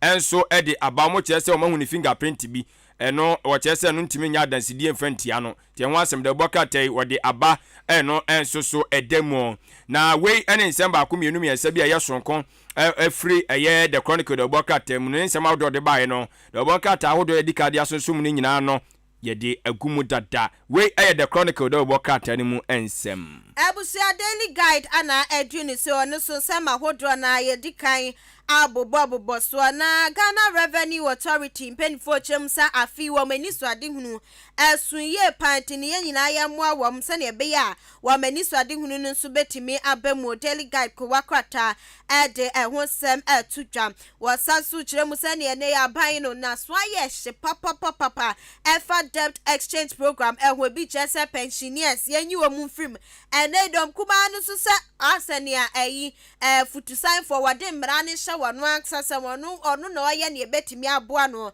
enti sade a wo so de ne kwakwoto enu so daily guide ko wakrata ede ehonsem etudwa na kwakrata ede aban wo chem se we o maimu ne betodwa asan krofo bi wo so wo mu de ku enu bia na wo mu kwakoye yeso mu de wo mu kwakwota kwate se aha enya de obeji wom ewokwo enu ntiko akrata krata fe toso ensia wakuchi emunsem nyina wote etudwa we eye daily guide ko wakrata fa we ni to aso ne enko ai enti abusia ye morra ye diemu yeah dem ye boyra ahenkan newspaper and that is ba ne sa ye mpotem nsam ekoso ye mpotem eno ana ye de etu dwam na ahenkan newspaper e de aba ana wochem sa achimoda MCE ene emrahye bedwe next ma me Victoria Edu ene wonimonyamfo Alexander Kwesi akwane se wa ma hwe de adwumasumbi asha contractor for sase wo monye na wo monye ne no eye 3-story office complex ane ye diamom so wo munsi edan esu wa che papa ifishiano adionu ennan enie 24 years ni aye tu na JJ ma feni ye diama contractor for sa wo mu ensomu enu so ko akrate de wonsem etudwam na wo wie no wo chem so kopie mu e wa achim asene Salem anameboa Salam aha Salam wadidan bi enfoni abetra na we na ya bansuro na mom tete dan ti not dan ane edisi wo na wo hwe se ne dan na ya pa egusu si wo ane wu twem a edinchia wo twem se we no anhwe ne mpanifo anhwe ne ye na se gisen grima ane achima sene ne mpatem awe wo sempa ana chese besi no so wo de wo sem etudwam na ahenkan news esa so de abo twem se achiasi security ane chese aposifo dan ya yesi ne kama edan yo fe adan ye fe wabusua yesi ne kama de esu na hwa abansoro yesi na to se ya sanso atu na jeje na ne hu afu wo hwemfu ye pa wadan hu a enya sam keto dan yesi wi amfinhia miensantem ni o ya to na sarem na chese esi wo sa enya adwuma bia anesi wo eno so de hu sam etudwa ayenkan news so ebode rochemu se enyinam kanea ene enso hu sensem ya betumo ebo no bekwasunti ye hwe ni man tonkosi wagefo bosome ne da edikan pepepe na tse enyinam kanea ene nso obuo akosoro modi esi no na modi esi akrachi nso asodi yi edin pa ne ha no ya zeru nyina aka ho bi o be ne dai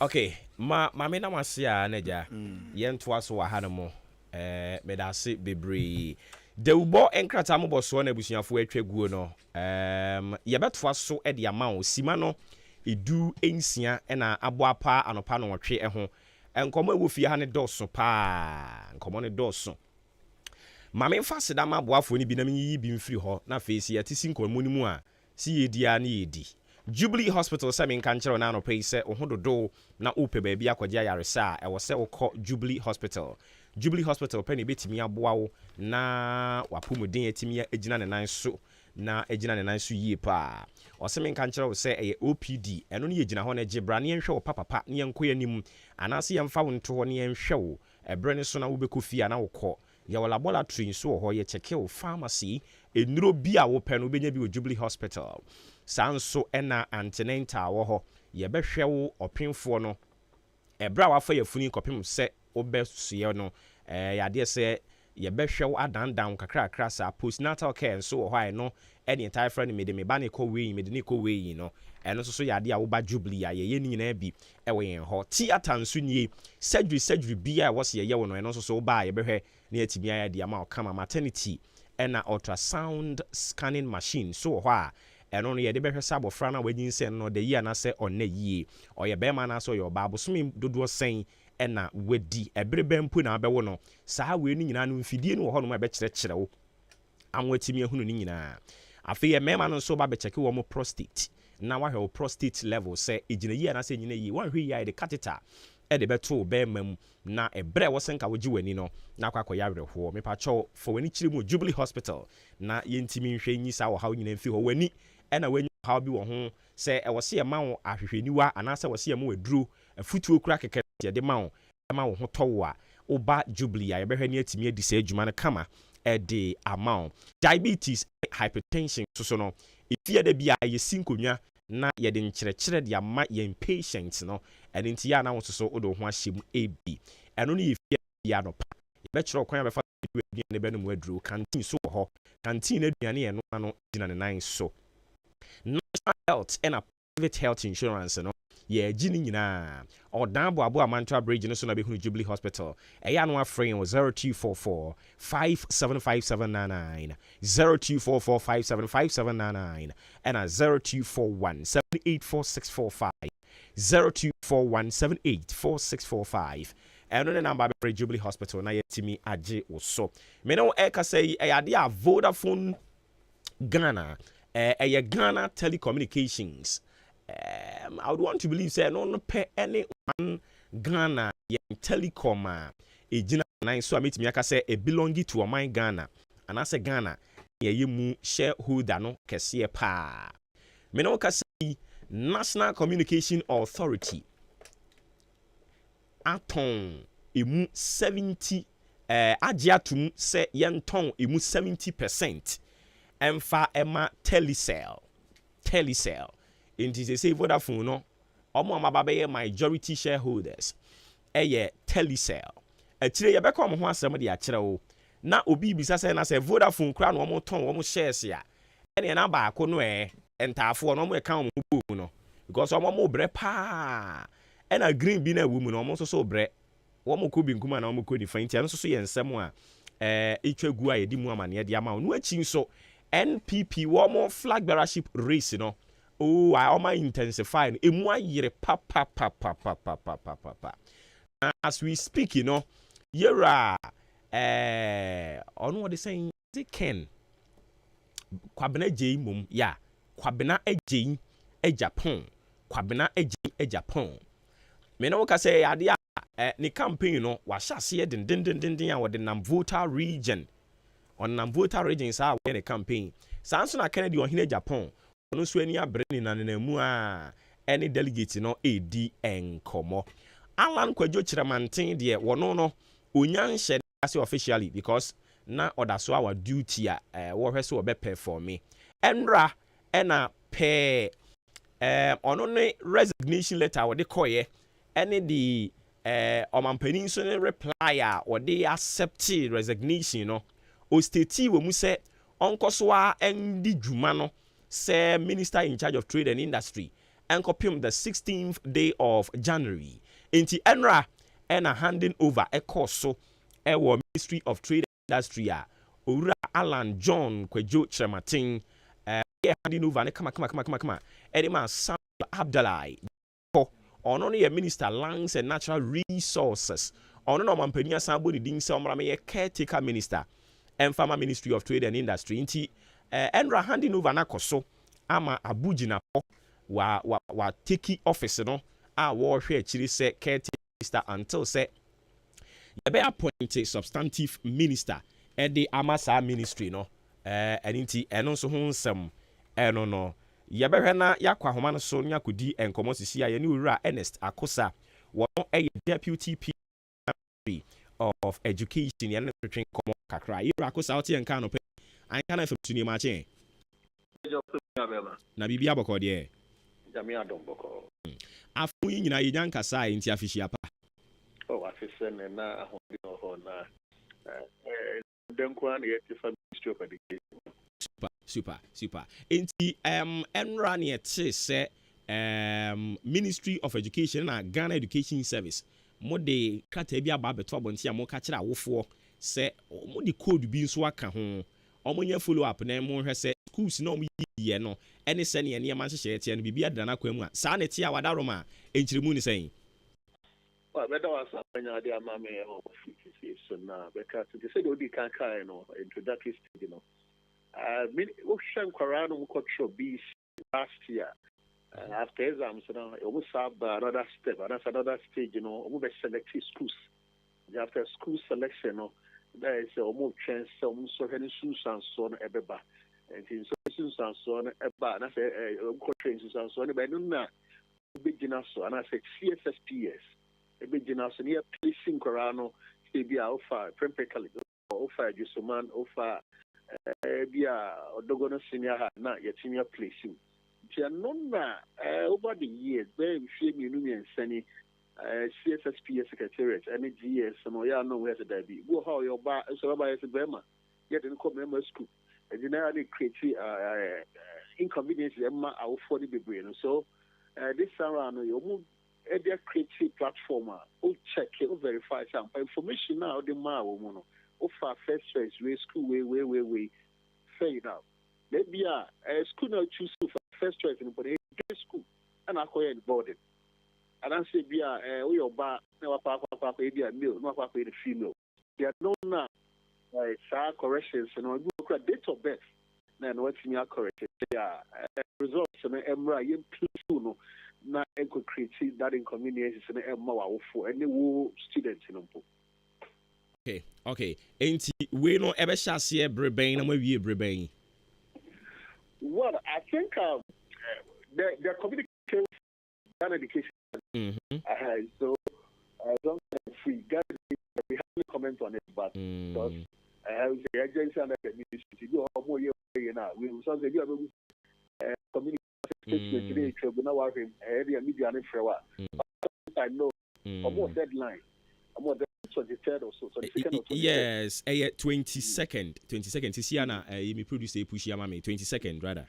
Yeah so they have a deadline that they work with so I don't know kwanya na bie kwanya and then the abase what I say and I will just what I say at least mandatory to some extent say yeah who's on how first school week true you wait to call online and about the SMS with the index number not test no more I say garbage in garbage out no more feedback and that is exactly how system or developing okay all right indeed away from no yemra made komo kakra na no ena yehunu se Ghana Education Service Korea de krata aba bonten kire se adesuafo nwotwe a omko school e wo Chiana Senior High omo anu akwa ya omampani amenam so ya pamwom every school nim wadaroma kire yehunu se ministry no esan de krata abeto abonten so omampani enso so abamu bi what is the current state of this issue? Yeah, well, I'm sharing high schools now. Yeah, well, rules and regulations. Accra, what's we are there a bit creative program any school, no, a country in general. Goboha, Owakonubone, Boha, a whole lot of deviant behaviors. And we put it up our schools in there. And to be a course of China, I think we all saw the video. There, trendy almost social media. Now, at the final and I said outcome of committee or muti no and a debate so we recommend you knew already. So Ghana Council Ghana sit on the case and the move to it. So almost Emma summary dismiss so that's a castle no Bunkosuna says also the demand and for moment. Now His Excellency the first gentleman of the land, another Dankwa Kufuor Uzumu I said, no, I am connected to Mkwarang of Chino, guest Mr. Adia. Then, Minister for Education, one director Ghana Education Service, no more punishment for our dance, but dismissal, the straight away. No more punishment bill, I don't say this, and no, and we are yet to hear from Ghana Education Service Governing Council, but for now, I need any feedback. You know, when you say the cause of the weekend, and I say by close to weekend, information be the media, and then Ghana for you now. So as we say, His Excellency Kaye, or director minister, so Ghana Education into Sana on Susan Swa by. Okay, enti say ye share issues. Be say ye koso awankasa krampo wakase deviant behavior. This is not the first time you are witness ya twa so Ministry of Education, Ghana Education Service, any other subsidiaries, you know, dear be important, a year ya fa hon send ye be ya, and conquest a fimu, a debia BBC and in Nasa Betana home. Can you say ya? Well, I think in any society, you are bound to have deviants. Yeah, other than that, there wouldn't be any police station, there wouldn't be any security agency. That is why if you go to US, they spend a lot on security. And as much as I say, yeah. Any partners are saying so the culture said they are deviancy our system, but a car better so put in place. Certain measures a bit senior cately and a bit minimizing the rate, you know. They are not brown no as a garden right. Any minister share no case or more cross team cross idea a better dipping existing ones and I say a code of conduct now and I say this is a way in senior you know. almost so me and society kakra wom say ya get me a conforming to the exigencies of time because every one be no and across social media hardly say this year maybe I could already be the excellence that some treasures here or send a plan to any degree but they are still convinced say an amount to any identity in our donor they will find a finality to it but say big can say process when you guys and then would we for someone you see mobile phone how and see manipulative phones across schools scenario. So these are some of the things, but we don't give up. We will continue to engage major stakeholders and we are looking forward to minimizing Corano, Subaya, Wama, and the Encoso. Mo Senka, mobile appointed said Dean of Disciplinary Affairs, Bia, especially our senior high school. Yeah, it's one of the proposals my minister hints here last year. And this year, no, was emphasizing general crime engagement. You so emphasize say, I'm going to year no pilot basis. Schools from population, I was to be no. I was in one counselor, so one counselor maybe I don't know, and yet, and I'll hear counselor the way it's and I different from to be a way of be a so ensure and that's why he's still disciplined and I'm sure we maintain discipline at the highest level and that's the highest way in schools. No proposal minister by what I believe the God education will also act on this accordingly. They are required and also be a kind of durable behaviors which schools making about for. Okay, you're a man, you're not see BBN best about champion. Okay. Ain't any TPR, the Ministry of Education, and Takosa, and that also brings us to some 30 minutes after 8. Jumadi Aguso with you, what reading some match in a bada January 17th. Fafina do feeding at to have one kind any of from your Obuoba Ofori Amanfo. Na medical catcher say we call NPP mu a one flag bearership race, will intensify each day, and as we speak, amo yi yo manimu ne de omo na nanamu a omo ye campaign no e wase ho saa omo ye campaign no nti ohwe Iraq de Japan wa onanamu nani abre papa engrofo fi so di agro but ansan ye behunu se na nka na mo ede no na kuru bi sofo awia manasa enu achi nso so Yewra Alan eneyi ode ne nyumade nyina gu fom a wo be hye ne campaign ase minim se Dr. Mahamudu Bawumia wodi ayi asore na campaign no an wo ye ne de a minim ara de sanso na Yewra Kwabena ejein Japan ono so ne nam voter region na ni abre ne ho den enyo ono nko a Joe Gatti enso akọ kane mampani John Ajikunkufuo ho e de ne ho akọkye ne so pani akonwa na wotena so ene wo fie me pese me nso me kọtena so bi nti enya sem ketwa a ani braba na atopa minim se ono so no ahye ne campaign ase de a atopa wata wahye ne de ase I don't know but ye follow na ne bekusi bia ne di mu amane no de abremo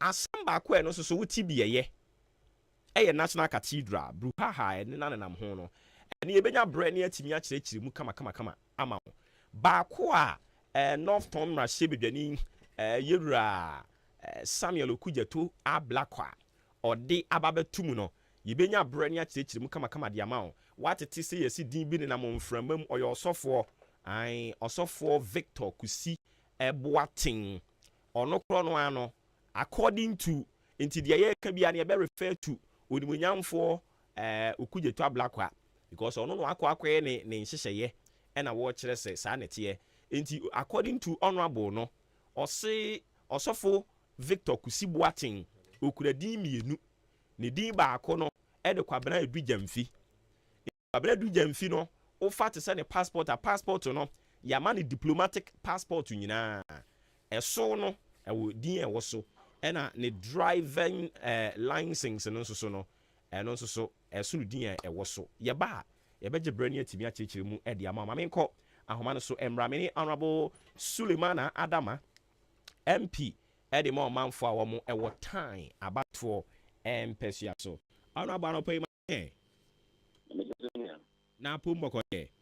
Nyame adomboko. Afisia panso. Kan komesa e hono bia nyoma e kosi e time bia e wi. Inti bro ya ni mu mi hu se woni wo mo ho na DC ya na MC mi hu se woni kwasa ho challenge pa. DC mumua. Mi jiri se wutwa no. Mikano pa. Ye bobo fi e mi defense. I see. Very okay, inti I'm pretty onche ya nkomone doso pa but ye be hwede ye betimi aka. Me no e kasa ni de ade ba ko a ekoso ye debt exchange program a we him ko ha no we him aba ha no mo minority endra ye hu se moto nsa friends semtrofo no mo kasa ye wadaro ma otimi abode tofa kakra ma ye na mo pese de be important na mo de to Ghana fo anim. Yo me that minia me che watiefo na mama watiefo aficha pa nse afi nkomo dia edin kan ni sa na maka se study in graduate san ahenkan e kama mo wo se study upi free studio ho na wo hie obi wa abonten na ni pa ne se mi wi ampacho ho akyere me enu nti mame sika na me fanye ka sika nkofie na ochena de bro ni pa na wo de so di sika na ma no kwa onu mpo ontimi en sorry me kan tell say oh wo di sika na mama wie ni mi ni sika bi amedama at least e wo so o ma wo ni kakra na mo so woni ni pa no tena ase na mo hye nkrata na wo tere say bi sika me di ma wo nie emere wo so a wo be ma wo ho ensie emere wo so a sika bosia kese no nkata no ba bitia bo sika ni nyina ni pa nim timi sorry en kan asem of person o ka kiro at time o pe bia sana na yekomu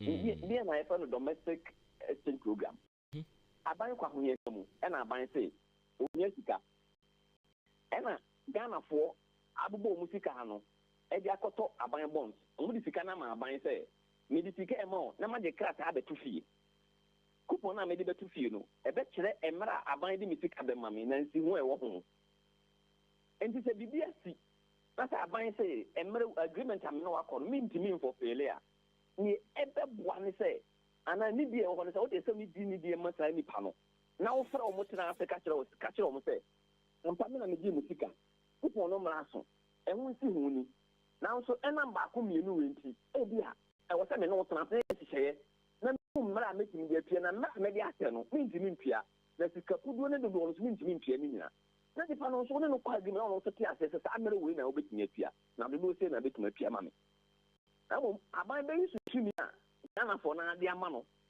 na waka say me ma program pa come on subscribe a and no actually and see one subscriber o sit o coupon no kura o kwade na se wa buru ni pa no e na wa san ka se mansu na sabe ya esa tutu botom no wo do se wura ni tipa ni fika e na wa yi ni botom enu nti ni e ma na o ti kan no nyina ne se aban must get back to the dining table negotiating table was that ni pa no mukura bond no na aban na nkasa ni proposal no on fam to omani na mo nso ni wo mo kantra aban the negotiating table sabe se bond holders enti ase aban be ko negotiation na obi an ho ko negotiation a fixed mind say me community appear that be if we left right near the share center you see aban dey dey ato say 2023 2024 5%, 2025 15%, 2026 another 15%. You know, or spread it.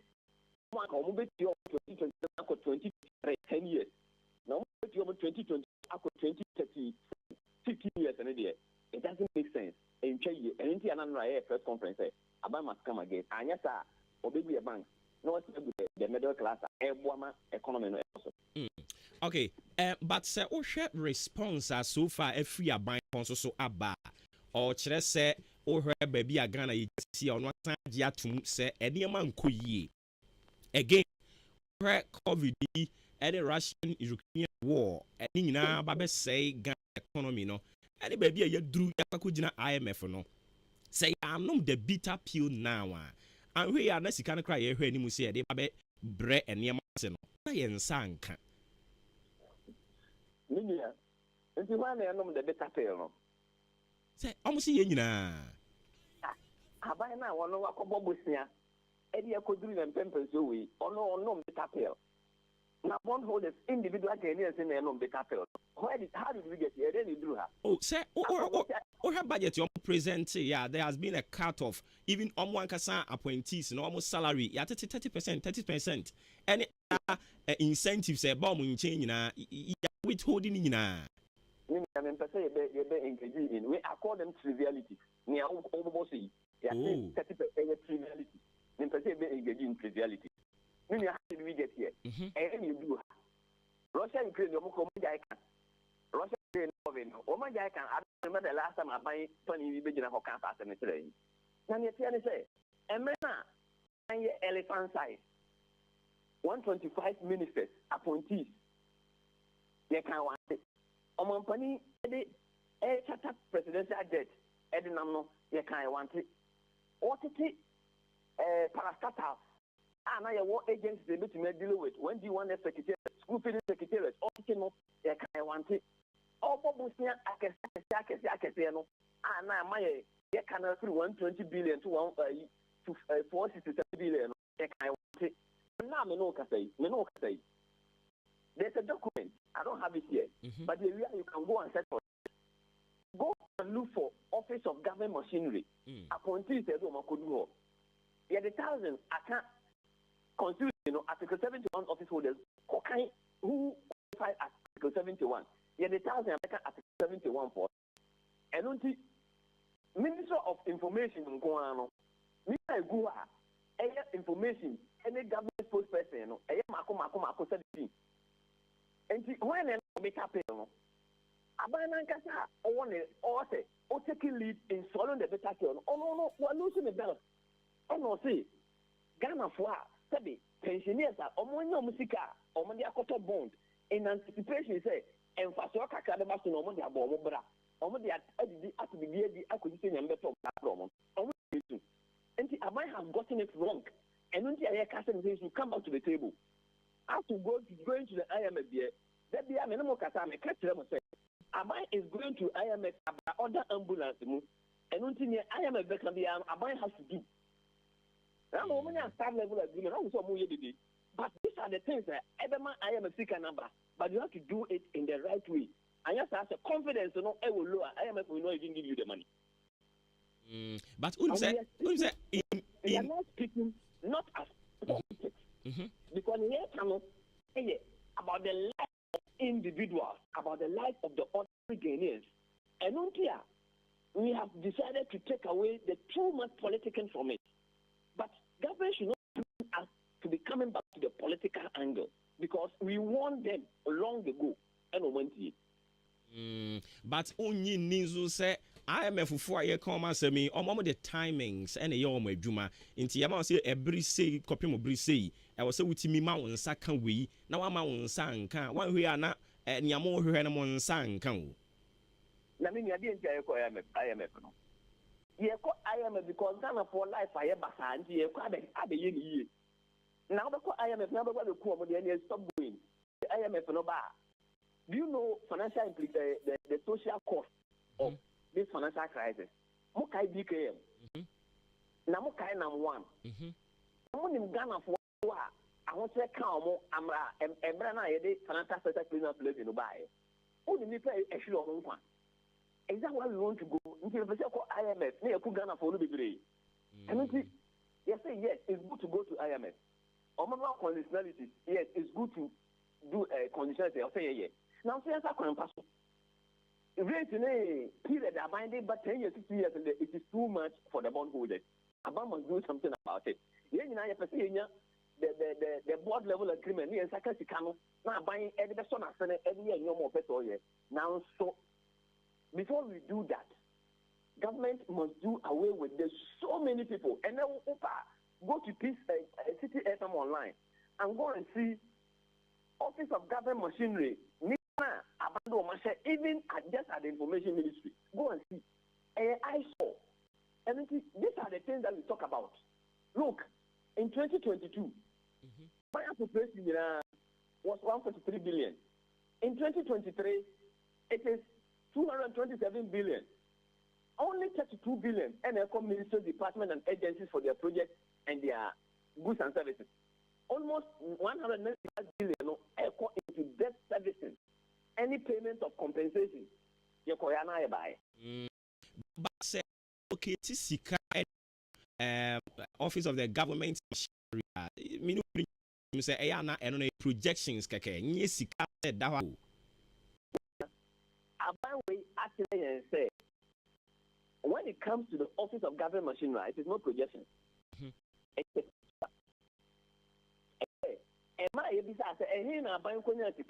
National Cathedral, they push it to Office of Government Machinery. This is about not only presidential flight, Office of Government Machinery. It is not about projection. They have to say by any means. And if you have anything to do, then you stop what you call projections. But sanity and so they are. And now more a play supervisory role on behalf of Ghana for so ma'am why kakra. You are too quick to go back to the minority. You are too quick to go back to the supervisory role. You see, you are zooming to send in this case, I'm not narrowing it to a minority in Parliament in general. Wouldn't say in Parliament, you can say due diligence, in every parliament, it is a minority. But you're making an assumption to say you're a Democrat in charge. You don't have a Democrat in charge. And even when you make democratic principles and decisions, he will use authoritarianism to get his way to democracy. And now, what the president, you are getting to know, say, and what we say, even at the cathedral, what will your man echo and when you fear your man echo.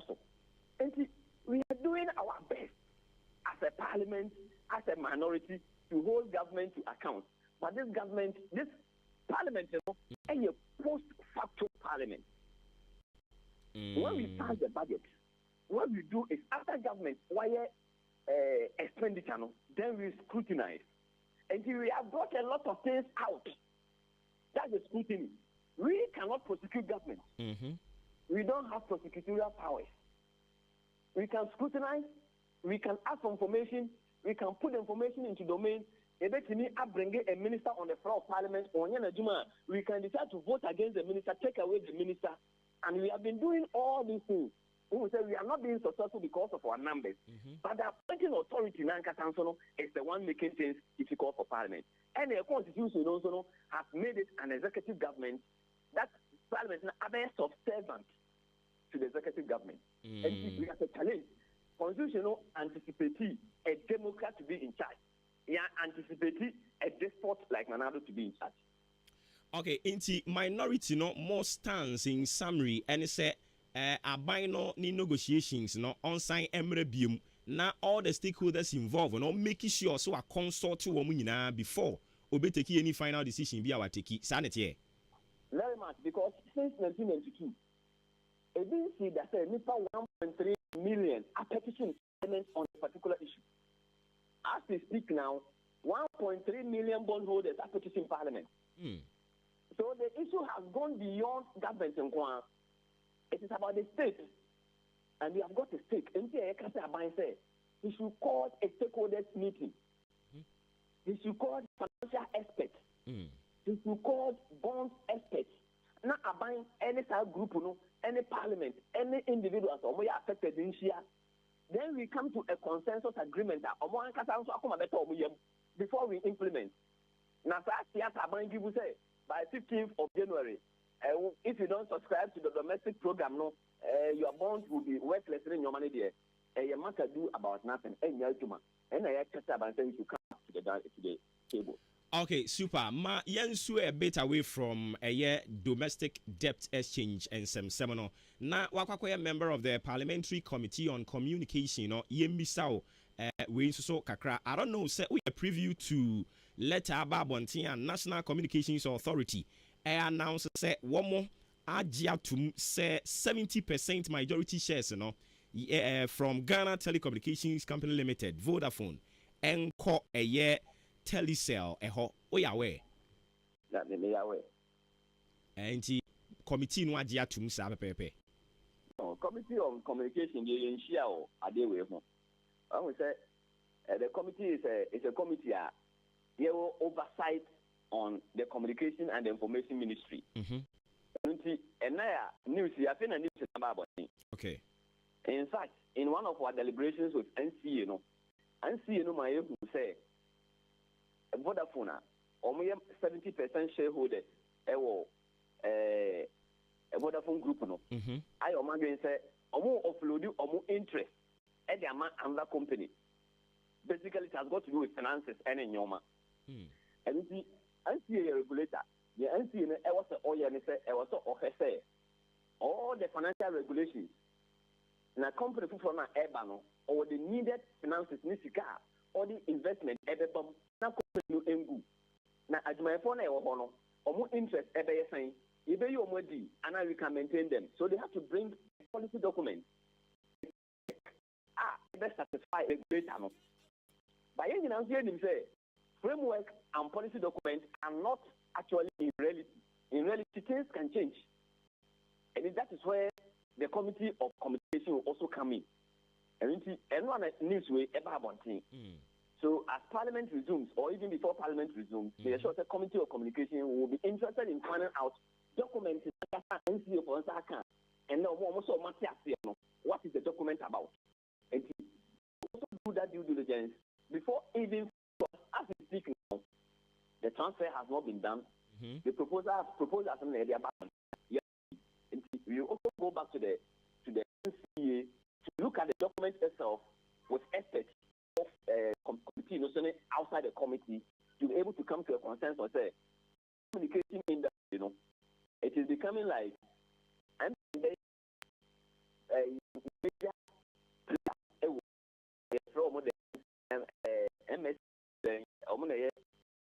major sector, or more about 70% of customers in the country. We have to make sure that we don't return to old ways. Now you want monopoly in the system. So you have to also be sure the telephone or the wherewithal to be able to compete in the market.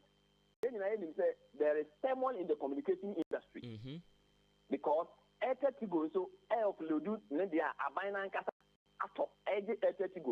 Tigo is government owned, and we are more or less coming back to a situation where there's likely to be monopoly if you don't take care. I'm here will overtake everybody in this industry, which is dangerous for all of us. Okay. As a committee, we are here to actually peruse these documents before the takeover will be completed. Okay, and as I said, you pause Wahana, Monsakana, Comedy, and Cosu, I answer about no Daroma sending or any DBA my T4. Why my inchimu? Very well. Very well. Ma yana semi producer maybe say Reverend Kusi Boateng the no person obeka bia na yenko. Minia. That because the cathedral is supposed to be if I show obia nkope cathedral yewura kofi awon no echiro ye no. That book no obia nkope bin kan. You can see clearly that the man has a vision and that vision is coming to play. Authority you know and that's of kutadini you know. And now you can't occur to the way back, right? You see, a payment, a refund, and the computer, a JNT said a catch. JNS. And then almost a car, almost 2.6 million Ghana cedis, Esther National Cathedral, and then you are paying back. And then money, woman, not also you know. In fact, a statement like National Cathedral Board issued by it was so silent on identity issues. And it is dangerous for us. Yes, but later no ye bisa Director General in charge no na or can say ye bisa and say okay see identity you na ba bonten kwabena edu jamfi Victor Kusi Boateng mutia sika no in edi ban mu na say mutia in the name of Victor Kusi Boateng na wa bi kwabena edu jamfi ba no say mo de meka na no so be de den. Answer on my almost so muguso mo ye hwehwe mu. It is an eyesore on my way. Even National Cathedral no it's an avenue to siphon your resources. It's the agent now. You see, Obia swallow bitter pill. Obia put in the Mako and appointed the 250. And that's not cathedral for you. And for me, I mean, you bet my money, but yeah. But near again, say, I thought for no, we want to shape people's mind. Omoko dina asore dan mu a na ya kan tell say don't ask God to do things for you, ask God to help you make better choices. You shape amount for mind to go to a particular direction, but those people are on person who shape amount for mind, they are getting some things omo congregants no enim asore for no nim, so this man is enjoying, his wife is enjoying, but on person mo catch Ghana for say when ko ha na ekwa eye, they are politicians talk. Who is Kabila Dudampi and who is Reverend Kuti Batten?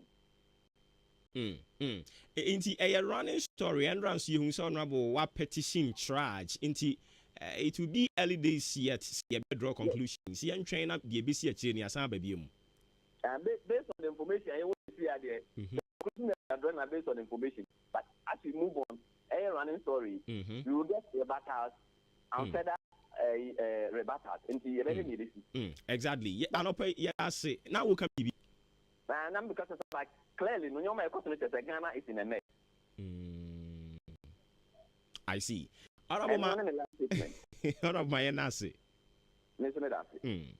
Honorable Suleimana Adama, a member of Parliament, Thai constituency, and Obuoba region, and then the country and common on this particular issue, no, in domestic debt exchange program. Igusua ekoso, Endra mekwa na me can say, o the individual bondholders no a ubum konta no ane yesi o me 4,000 say aburo sa 420,000 wo mu sika be say 8 billion na o hwese ne aban no line up sika no we menya say a akono keke but enti ase nheda nya adwuma but anopa yi me ma ofela bi oko EMT no economic management team.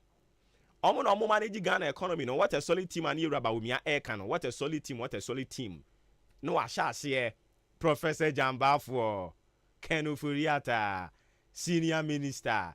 Obuoba nyina di no say what a solid team. Abusunya ti ha. Ehọ nyo economic management team no. Omo ko bi ti kro mo mfre Dr. Bawumia. Yera Ken Ofori oni Bawumia mfa hansi ha. Omo ba bontia na ase omo kan no o de se wa hwa the last public appearance or ya okoko kan yi uhu Bawumia omo nka because decisions bebre wo no a o take a meeting no kro omo convey meeting omo mfre Bawumia inti yenim so ono so pe president ye dio eni na Bawumia ho ya na hinu sadien yo niame kan omo nimbata omo nka me maka kire wo simple. So also per president ye dia tisim ni ye nyina konkoye campaign but wo ye wadwene say o ba be manage economy no troka na eno ho ahi ama Ghana fo ato abade atia wo bia okonfo bone hye nkom se kurom a wono so atimbi enti o mampani munya kukuduro na monka nkere yi papa na wakotu Bible akotu no Yera Ken Ofori oba no aseda be kotu Bible nanso ba bia anyo sa omo nka wo ne Yera Bawumia omo nka decisions bebre wo no a oteki Bawumia anya we but say amamu mu no u bamu a ya point u se bremu a u ka otunu mienu entam no u ka mienu ye wo out of secrecy eno ni obehunu bia nwa so obeka eno na ekum wo mo no ansa na wasua out of office and this out of secrecy ne de eno na amom ntumi nkasa no but the writings are there ko economic management team Bawumia kasa omo mfa say omo committee kro omo mfre no na how come say yes obi ye head of economic management team na mo ko hu nkomyasi a mo mfre no eta no pa mi bi say Yera Ken Ofori say o pe president ye di ɛne nti na bawomia bede na ɔpɛ so ɔsa gare di gu ɔsa nwea di gu mu no ana ɔmo nka ɔna akotu Bible aka deɛ mi ka me boa ɔmbra me kotu Bible nka ntem sɛ ɛnyɛ no korɛ me ne bawomia yɛ free ɔmo nyɛ fine. Now how can you tell me say I am the head of the economic management team? Na ye koye meeting kura wo mfrɛ me. Na meeting no nso a mete a meba no, me kyerɛ madwen a wo mfa. Uba nipa mu nso na wo kotu Bible. This one too shall pass. Masa.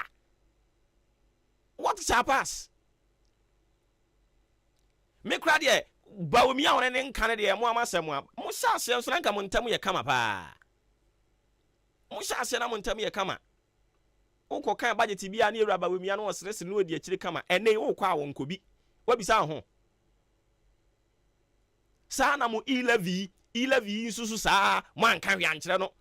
Mo ma bawomia be ye otrofo kese. Why? Because obekan say elevi ne de enya de beba so na eye hiafo na masa wo kasa wo taxi wo mo.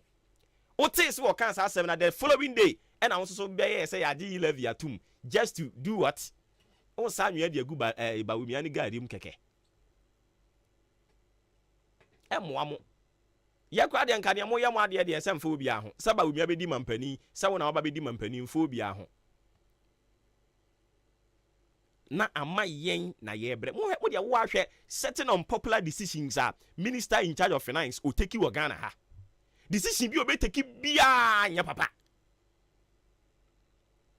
Hwe enipa ena papa yi kan 1.3 million. Sa na mko musima kwa 25 billion o sa wan e dia be gun crofo banks. GN Bank enipa no mo ye adwuma wo GN Bank mu. Enya sam ketwa. Ene data bank nso na aye nkonkon so no. Kempon cappuccino. Ekonkon ho na ka so ama yonko ntwa nkwa obetwa duru monka no kra nkyere mo ho na ehye mo ho no fon eni nti mo ya kese kakra na madwo nsem mo ehye mo ho na nya asem ketwa na economic management team mua monkonko fa dwen ma Ghana economy nko nanim tise ba obi ane de omo fa ne nya hwehwehwehwehwehwehwehwe akasa omuntie o de papa pani on so tesu be se munim no papa ba ko no so ka ho na ye Ghana ha no na aye bibia wo ho enka vice president e was nka honorably nka resign no ojai de ma wo mo but Ghana ha no enya de ebesi na so nipa vice president na pay en constitution or na was so ye head of economic management team ni akohia ye hwe kwan ye be fa so a Ghana economy be kɔ nanim meka sa amuntie vice president mu ebu ono mo a ono so radio ni TV so ne ya wote decisions bi a finance minister take you. Can you imagine this?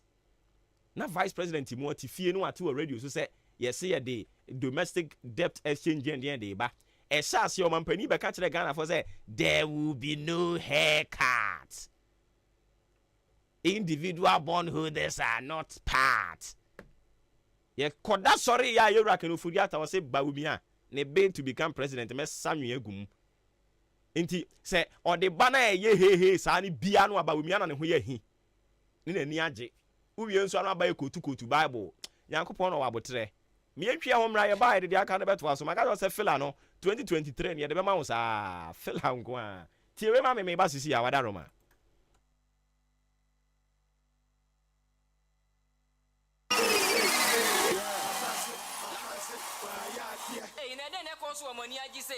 What's in so when I'm thinking try and Vicky passive papa. Even mathematics onya A1, science A1, social studies A1, English language A1.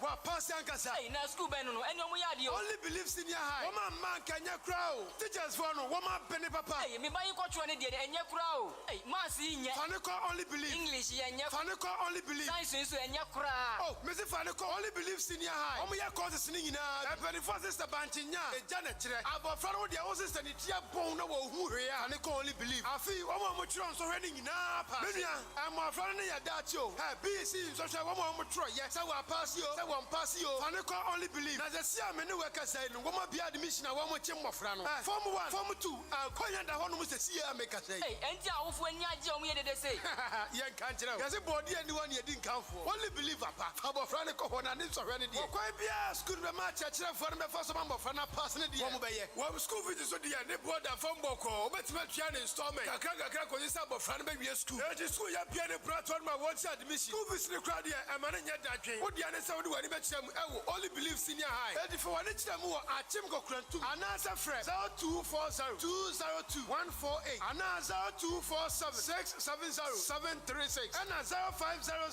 041 317 only believe senior high school ya dia ye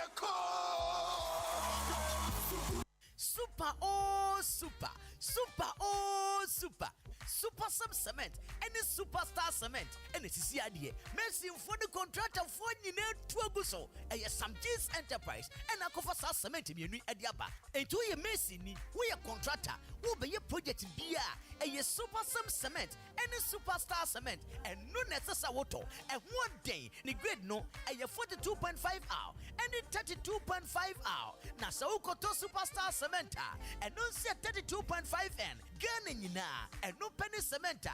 A year 55 kilos. Ya chow 5 kilos free. Nina. A year some G's enterprise. And I go Fabia back him some G's enterprise. Etonto iron raw size baby. And unti who pay super some cement. And then superstar cement. And I say iron ross ni be a tono. Some G's enterprise. Ewo akimoda. A mantra. Yenidux filling station no. And the bone shenimu. Frewomo. Ewo 0243 583190. One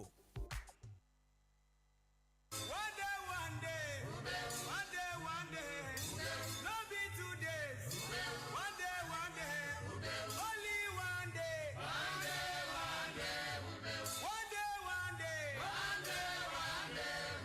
No be 3 days. Ghana adisiye. Obuoba Ofori Amanfo emamo ache ediba AHENKAN933FM.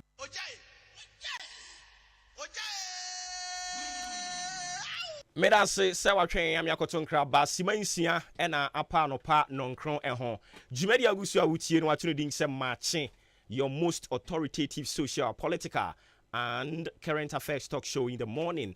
And yedaso a ye din komo Ghana nkomo fele wo krom nu so ye boroboro so de kire wo no ensem wo krom papa but one fan to AHENKAN ya wonte wo de koto akire wa sa abre ko he no kwa na ekoso omunu omo ho sere nko a fatoa ne enka no kore ne mfa nkire wo ne a ekoso a ehihye omo ho a omo nyina omo ntumi nka no yabekika ni nyina de ama simple na back to finance minister ne yeraba wo mi omo nsem no ye de omo ye de nkemfa ye ho but the omo ye ni nyina no ye bisa say himfo na the end of the day omo ho be kire wo mo eye Ghana fo ene obia esu o de amo hwe o December no mo abisa mo ho ya na nsem no won se ye kan nyina December no mo abisa mo ho de enti ene ma gina aye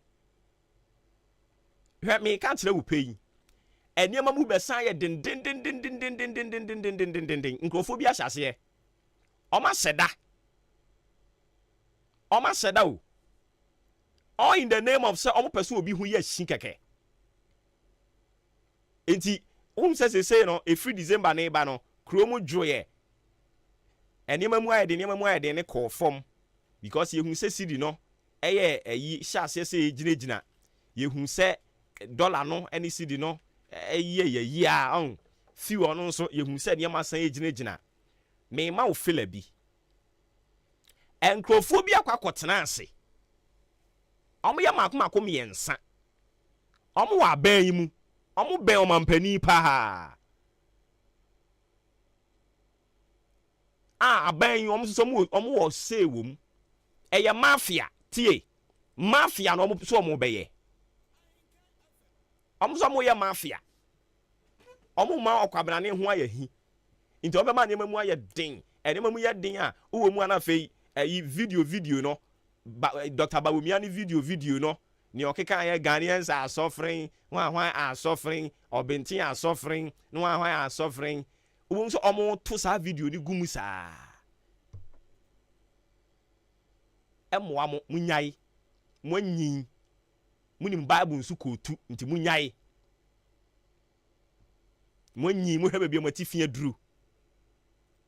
Hwebe bi watifia duru a still agenda nyame kese still wosum agenda nyame kese. Baby watifia duru yi. Nka sabiri kwa nka wo dwen wo retirement. Me be kwotena fie yi den na me ne me mabedi bi be kwotena fie me nananom ohun nka sabiri nka no na wo dwen baby waduru yi kura den nka wosenka uma ntoro krampo tare wo niema ho enwosenka ma adwen bone ba wadwene mu eso adwen bone no all in the name of ye pese obi anim gu ase na ye den into obi anim gu ase ne Ghana fo hwe wo de hwe o ka ye kan enye obi agenda na ye push o but ka ye kan ye hwe enipa omho be kwa ahohiahiam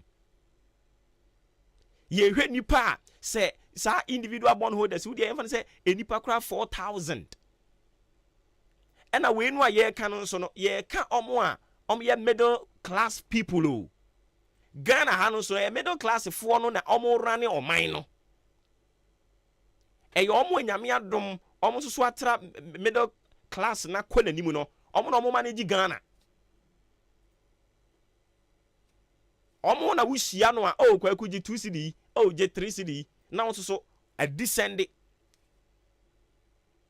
it is say sa na sika na kwakoyo garbage in you garbage out enti nia wo behia pani bi ode be ma wo no na wabusuafo nso wa pass bi ama wo mo na wabusuafo nso pass na odi bi akoto jene odi bi akoto se na be ya sika no ebe circulate wo system ni mu enunti na Christmas bi ya na ehunu say sika circulate wo system ni mu ade dia because our friend is saying Christmas no eya na adoye ewo kurom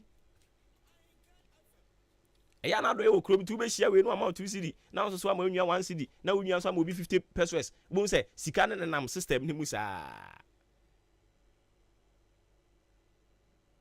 na ni namu bond holders ya ye kan edipa dodo sen no mo wuti me nana ekura ase ye kuru omo ye bond holder eye sika fu ye yisia wo mo ma ye bi de twetwa ho yi omo ana omo san aso bond no omo ana omo atoto wo mo nso na sei ye pese mie omumu mo ho kire wo mo no enti nya nwuma na begu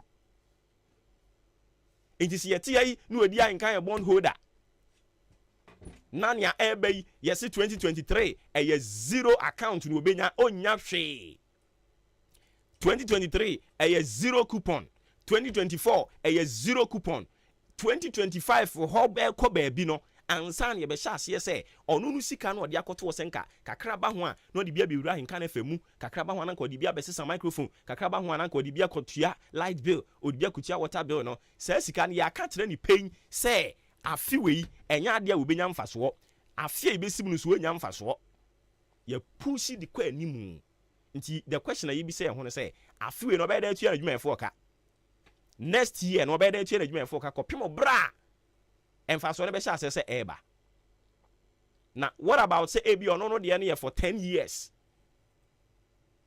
nti ye kan say ye obi be feel say enche da mfa me ho batefa wo ho e wo na ho pe anything say we share obi ontimi ncha wade no na so ayehye ene wono abuwe ni trimu oden ene papa we ni trimu oden nya ni trimu na eden aban ne de omo atare ban aban ne de omo twi ban because nkrofo bi mafia because nkrofo bi pese ye dum nkrofo bi ja ye bi dika dum mu ja no Samchi Enterprise say men kan kire wo say den ya we no ko ba nyina ye besi dan edan ye besi senate ye besi edunti Samchi Enterprise say wo beba na wababa beto wo cement e free unisem gasem supersem sem ni nyina na wo ba ho ansa be kan wo de eno achi nso so ye ba no iron draw senketo akese ne adantem ye woni nyina bi ena doa ye de bodan so size bi a wo pe wo ba wo nsa be kan wo de adwumayɛfoɔ no yɛafa ɔmo atreni ɔmo nipa ho abotrɛ ɔmo ma mɛtena radio ne TV so mekutukutu Bible na nso musu manyɛ ɔmo nhyehyɛ atare fitaa mfa Ghana flag mfa mo bom na nso so musu manyɛ ɔmo tiri mu ɔden ɔsere akyerɛ ɔpaa so no wɔ mia wɔkum ɔmo nte saa Samchi Enterprise adwumayɛfoɔ no anim te ɔmo wa nipa ho abotrɛ ebakyɛw akyem ɔdan amantra wache junction ɛne ɛwɔ yaba bi si abrosan kama bi wɔ hɔ a ɛbɛn Dukes filling station no ɛnum an yɛwɔ ebakyɛw bra hɔ no mo na ɛne yɛmɛdi dwa 0243583190 0243583190 ɛno ne number abɛfrɛ na yɛtimi agye wɔ so yɛbɛsan akɔ ahoma no so sisi akɔ akɔdi nkɔmmɔ wei yɛba a ne yɛde de akatoa so yɛne owura Kwadwo N Poku ɔno yɛ Executive Director Institute for Energy Policies and Research yɛde ne nkɔtwetwe nkɔmmɔ agya wote yɛnka nka na fam so ne Maakye nyame ahu yɛ mmɔbɔ na wo nso the Yamia said the team comedy MC, the Asida Bema or Badi, I think committee in our sum. Okay, inti ejebu gold for oil. Yayan inti yese first consignment no ababa bidru. It should be a good news. I mean, say on our country, in the gold for oil instance, we are a bit in the dark of what's going on. You know, we don't really know exactly what the ship are between ship and by but we don't understand the policy, and two, we don't have enough information to go on. And you know, well, if it comes, we have a lot of questions in terms of civil society space. You know, how the transaction is done, how sustainable it is, and there needs to be a lot more education for us to understand it. It won't say in a buy, say it's a noble idea, but for a noble idea, not to be a 9 days wonder, there needs to be a lot more thinking through and to basically look at how sustainable that policy is. Okay. And you know, we are being cautious going forward with this thing. So those are the things that, yes, if it's come, what, who financed it? How did we get it? How was the payment done? Because we know that the initial conversation now, you go near the good or no oil. It's not true. Nobody wants to take gold for oil. The Bank of Ghana has to sell the gold to a broker, and then when he sells the gold to a broker, then the broker will now put the money in some form of escrow for the sale of the oil need to be done. Okay. All these are clarifications that we need. Again, BOST tried to do some engagement. NPA tried to do some engagement.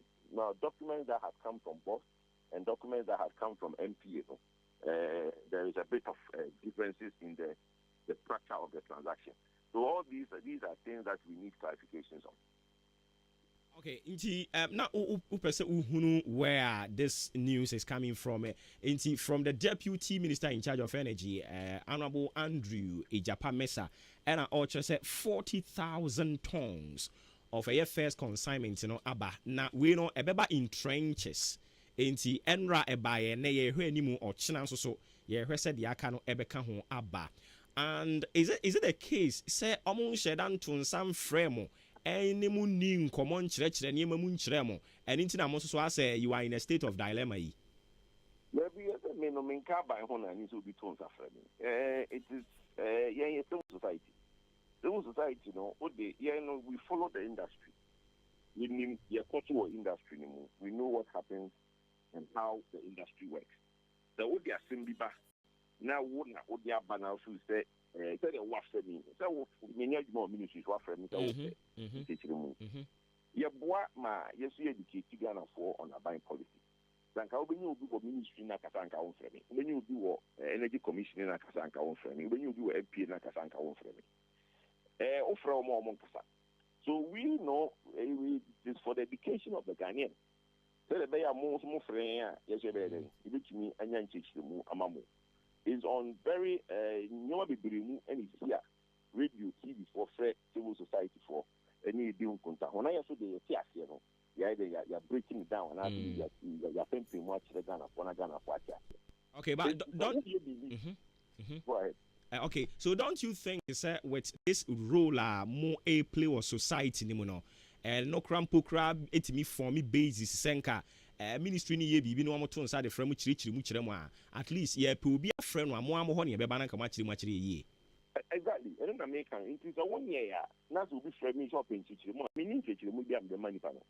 Oh, so you ya ni bi so na aban ya de no asem no mu against that be the two things will happen. One, okay, some children mean any trust. I miss more questions than Buddha. Because I was I will ask you certain questions. Maybe I won't get a home. Make sure I get a question. What I say because we are not journalists. Like I said, what can't maybe we are experts in the industry. So, framing now, can say, oh, could you, me say na buying beya because October 1, 2, 3, 4. Have you considered them? What is the implication? Say. So I have questions I will ask. But what you say? And in Pempi, you are not buying penny for no text engagement, why I don't know. But those engagements, you need to say, and why now? Because when you be not in a beboa a buying, a beboa can before. I didn't think I want person to be the yempens and penny busam.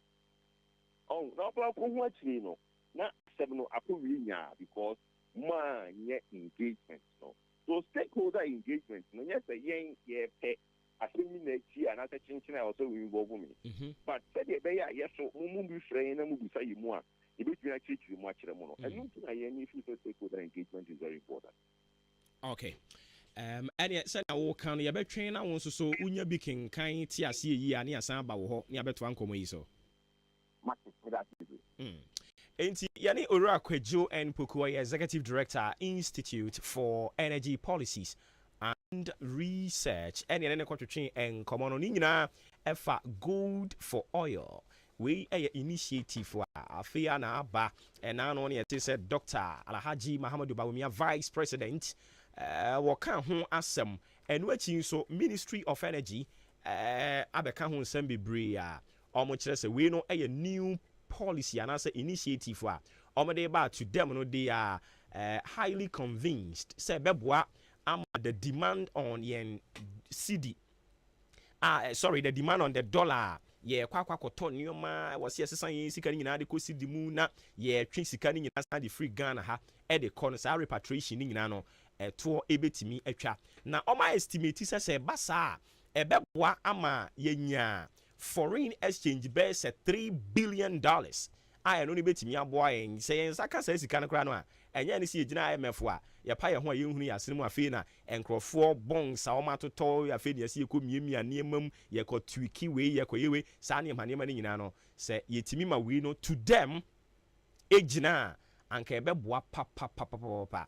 But then again, questions bebree ena a posy and utie de papa yi kan no a kwa ye de gold na ekono ye koton ne sen himfo na ekwa akwe basis ben na ebe kire se gold na mo de ba ye no ne value no eduru sei and inta wo say oil no barrel sei ne de mamo ahu sa nyoma no nyina ye questions e wo ho again ye sure say sa gold for oil no sustainable debia yebenya gold e de akwa koto na ekokoba sa e ma ban kra ma me fairly to monopoly e we yen gold no eso one way a ebeduru ba bi upe gold wa unya bi wo private individuals ho aban nko a e na e ba be having nyina in its bosom we no nyina ye questions e was yebisa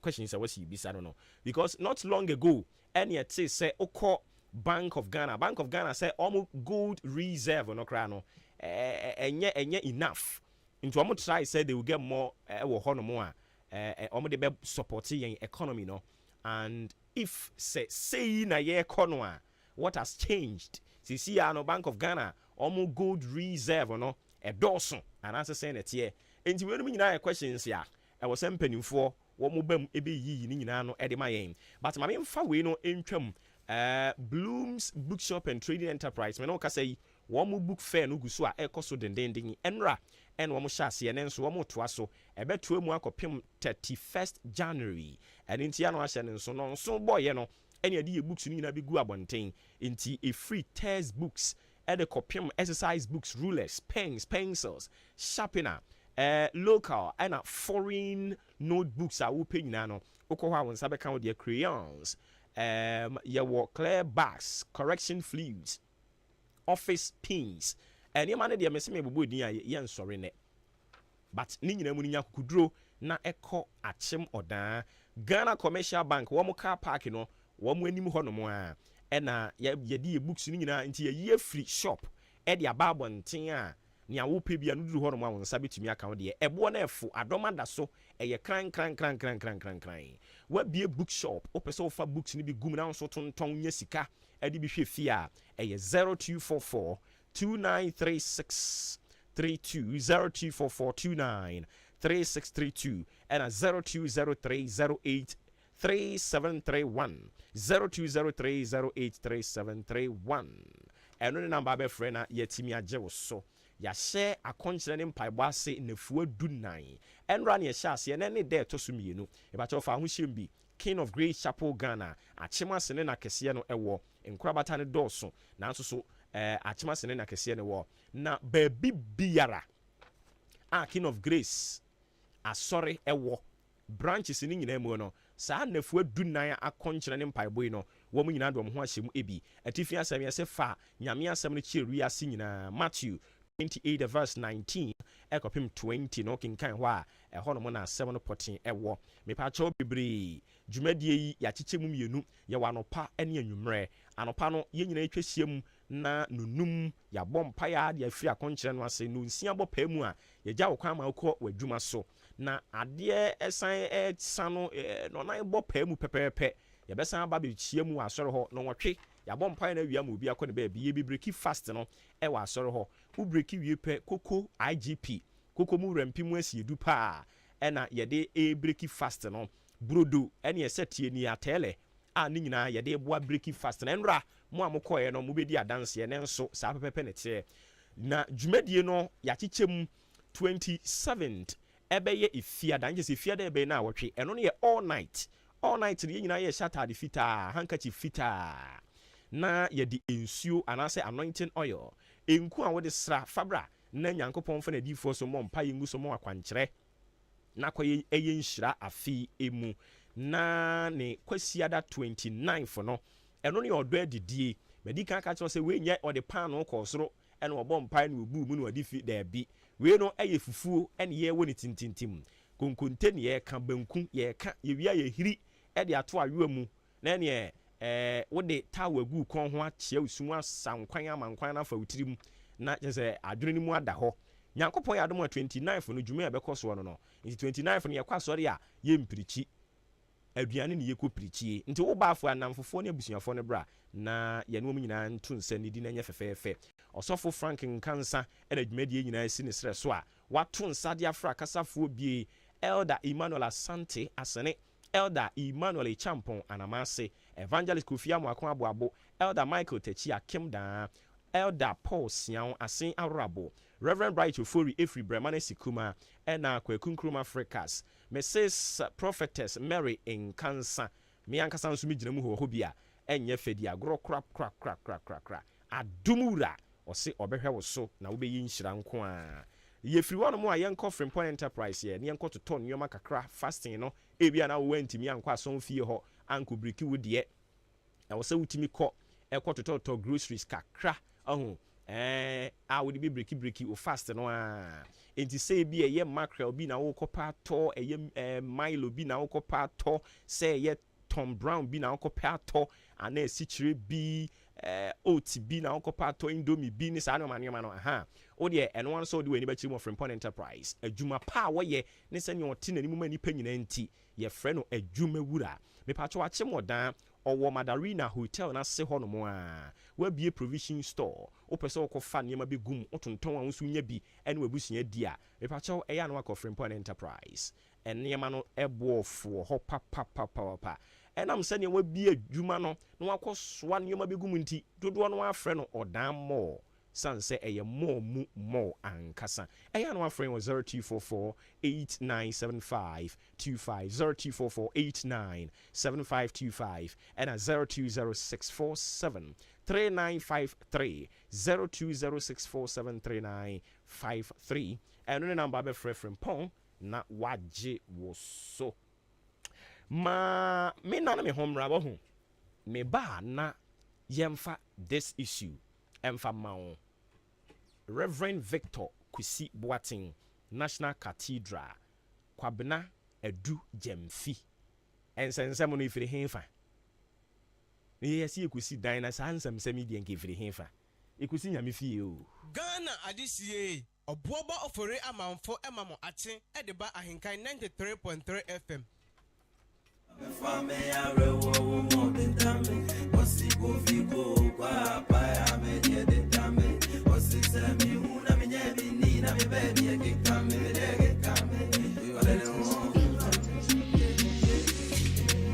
Bye, my Brenda, the Matilda, the Medenda.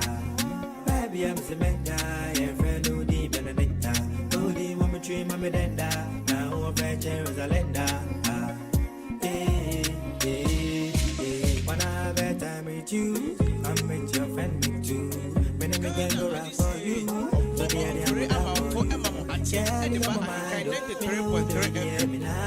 Okay, Mary saying, I'm going to show so it's exactly 30 minutes into 9 a.m. Matching any Jumediano Edin. Afei, ma Yamungre Muni Sans and Comui on Yeni San Communica Crana female Quina so Ebremu Binti. Obi beside be an no first time why National Cathedral, Reverend Kusi Boating, Nene Kenka home, also beside free him for near ha. National Cathedral no your board of trustee.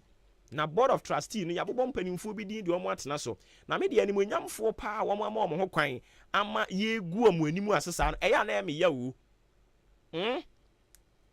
ohwe National Cathedral board of trustee mpanimfo ete so maame Joyce ayi ayeyi animonyamu ekura maame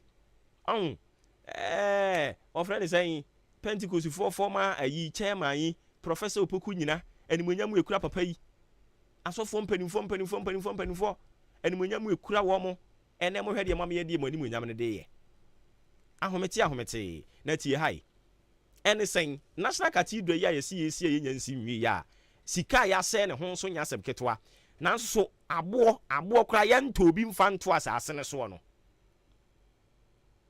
o ka ho asem a adaje bebo ena no na krata bi beto amonten so ane ye kire se 2.6 million Ghana cedis enye sika ketwa wu 2.6 million Ghana cedis ene ye de kwa pamda da animu a enye ne sinki gina IMF yi sa 2.6 no wo mu hunu se National Cathedral wo mu secretariat no a transfer sika no e de akwa akoma JNS Talent Center Limited JNS Talent Center Limited it is a National Cathedral wo mu secretariat no juma wo mu edi ye no so that's here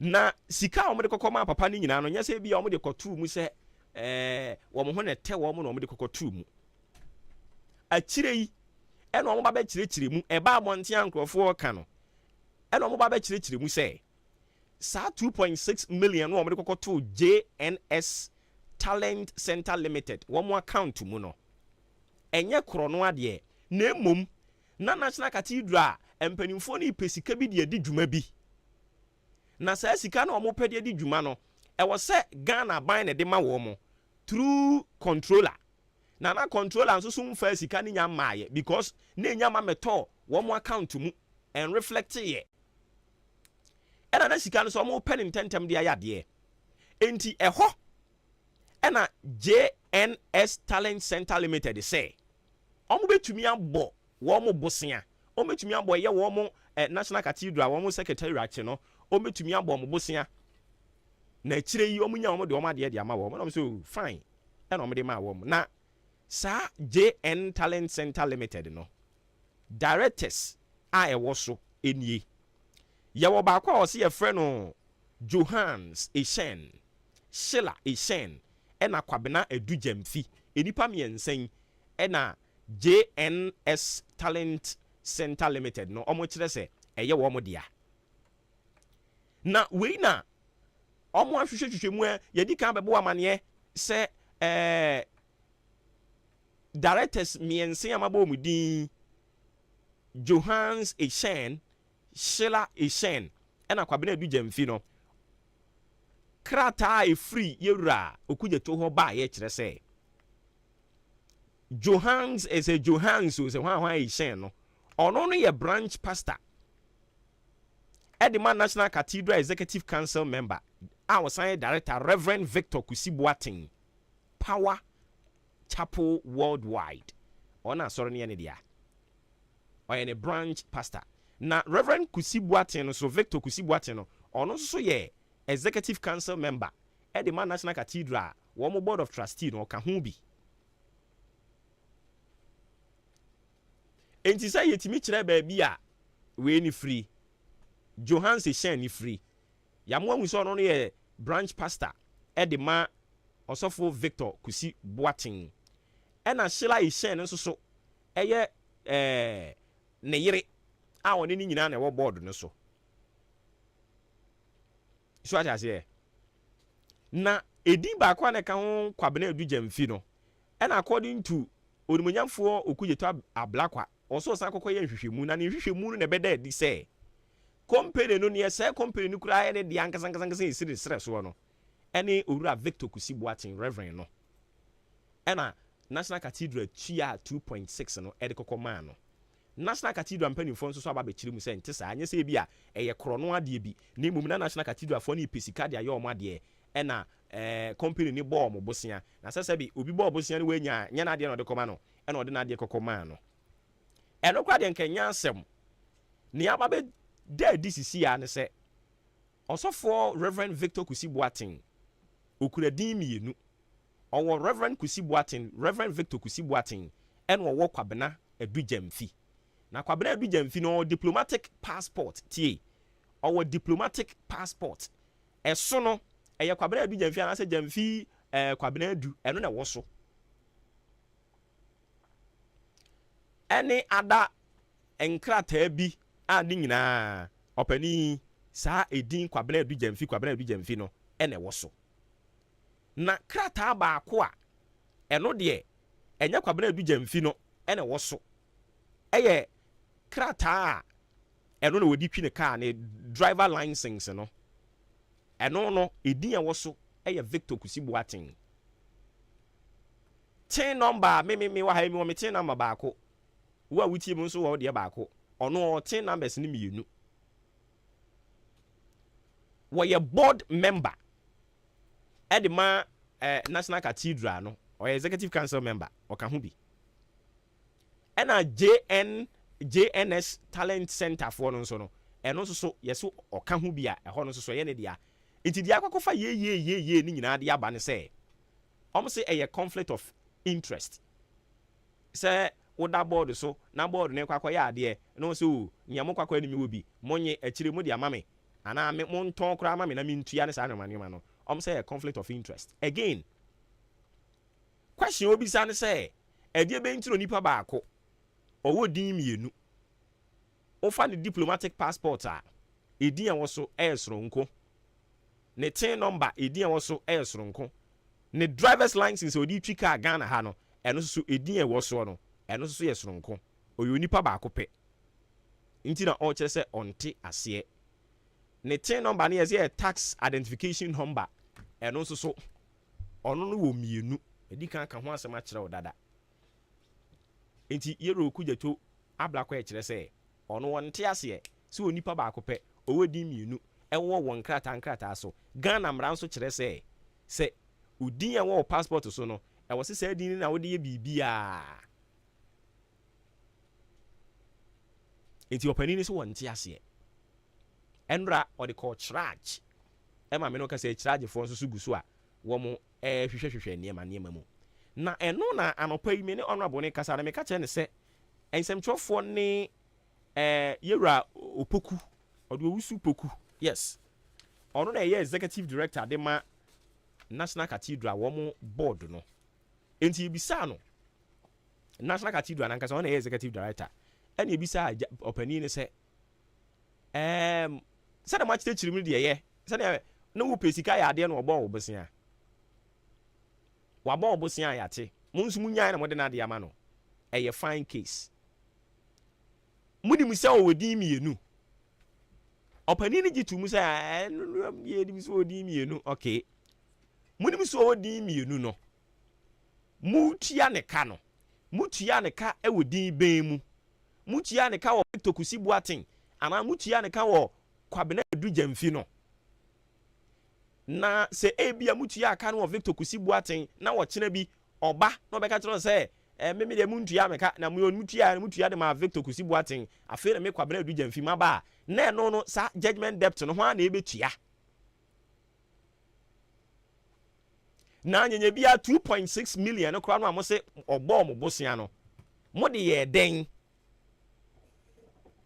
because yɛnte yɛ kora no yɛate ɛna no sɛ yi finance minister twerɛ krata ba sɛ yɛnkɔyi 25 million bi ɛmfa ma national cathedral sie te sɛ cathedral ne ho nsɛm bebree toro kaa adeɛ nso yɛsi ama nyame ne yɛtwa ntoro hyɛ nyankopɔn saa nti ɛndora na mebisa sɛ wowie nipa yɛtwa ntoro too so na ɛtumi hyew nea wonyɛyɛ yɛ sɛ wayɛ na ɛtumi hyew a how much mo nyankopɔn mfo w'ani hu no na watwa ntoro sɛ tie ni na ade ato no so nti ɔno ɛnhyɛ no ɔno a wɔtumi a watwa ntoro to so obɛtumi akum ɔbɛto afiri wɔn ntɛntɛm ɛne ho nsɛm ayɛ bebree adekyea biaa ɛne ho nsɛm adekyea biaa ne ho nsɛm medeɛ sɛ ɔwɔ din mmienu so ɔwɔ din mmiɛnsa deɛ no no nhwehwɛmu no yɛ gya deɛ ma mpanimfoɔ but mimi issue ne sɛ meme nneam yɛ keka nyina meme deɛ ɛwɔ mu ne sɛ saa 2.6 million no ɔbɔ ɔmo bosia no a ɔmo so ɔmo gyeeɛ no ɔmo de yɛ den because 2.6 million nyɛ sika ketewa o baabi a yɛsi cathedral no nso no ɔkɔ a aboba kora ni hɔ bɛpem ne ɛna anu yi a na ɔmakɔgye ho first nanka ɛda hɔ yɔ saa sesi a na ɔmakɔgye ho enti dan na ɔmo de yɛ drawings no wɔ dɛm because drawing nso no yɛnim sɛ ɔmo ayɛ kora ma ɔmampani kora kotwa homa mu akɔpa ho ntoma ɛna no kora mbɛka kyerɛ sɛ ɔmo ne nam ɔmo yɛ lalasulala fundraising nso ho nsɛm bebree yɛse yɛto nsa de fra anwomtofoɔ bi ɛma ɔmba bɛɛboa ɛma yɛyɛ fundraising papa yi kora mfrɛ nsɛn ne ɔso ɔyɛ PhD holder yi bibi baduo sɛ hwan no Sonny baduo sɛ hwan ɔno nso so bɛka sɛ nyɛ no korɛ na ɔbɛ bɛto nnwom de ma mo fundraising ne kora no one city kora ma mfa ama no jakalolomi ɔno nso so bɛka sɛ nyɛ no korɛ ɔbɛto nnwom wɔ mo fundraising ase 1000 kora ma ama no mo nso so mo atwerɛtwerɛ mo nkrataa mu sɛ ɔmo ɛba bɛto nnwom nyinaa mo yiyi sika bi de kɔkɔ ma wɔ mo I mean, how can we do this in the name of National Cathedral?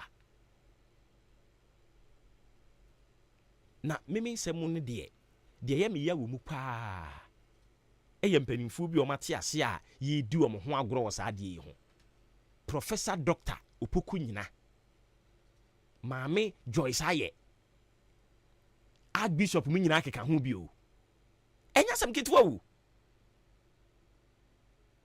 we no akwa koye besipa ni kori na haban dua bataboɔ enso mo yɛ den yɛ bɛka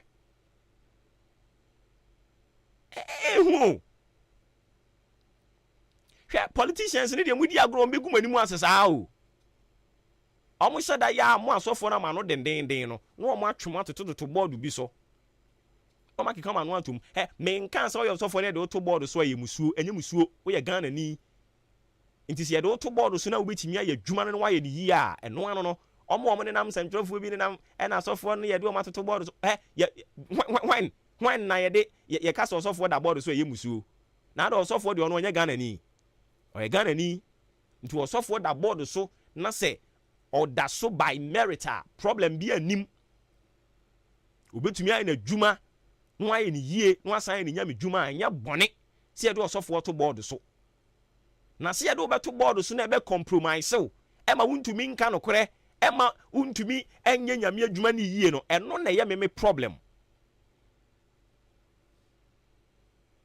yɛde wobɛto board no so awie afei adwuma a wɔsɛ woyɛ no woba wosɔ microphone mu a woankakane wopritie kyerɛ yɛ nyame kwan no afei wosɔ mu a sɛ mɔmyɛmfa mpaebɔ ntaa abaa no akyi bɔ mpaeɛ ma ɔman ɔsɔfoɔ ɛbere bɛɛ na wohunu sɛ yɛbɔ mpaeɛ ma yɛman yɛboa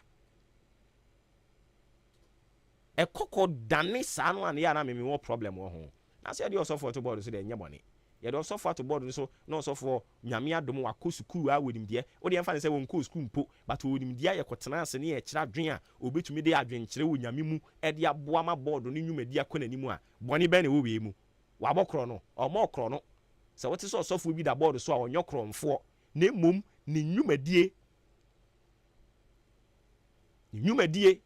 ɛna wobɛtumi agyaagye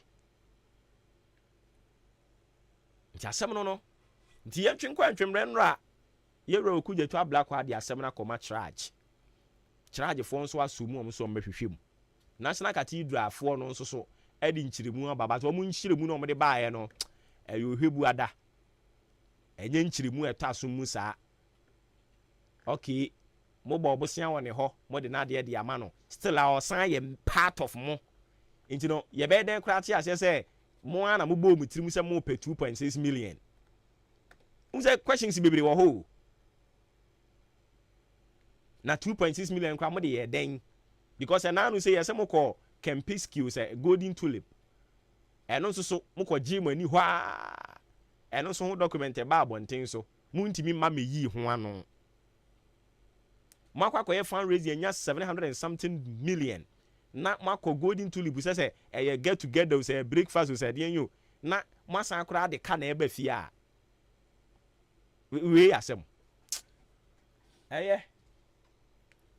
ma kwan na so abam bi na fe sorry so fellow citizens, I ask you to be citizens, not spectators, citizens, not subjects, responsible citizens, building your communities and our nation. Let us work until the work is done. Inti no until the work is done.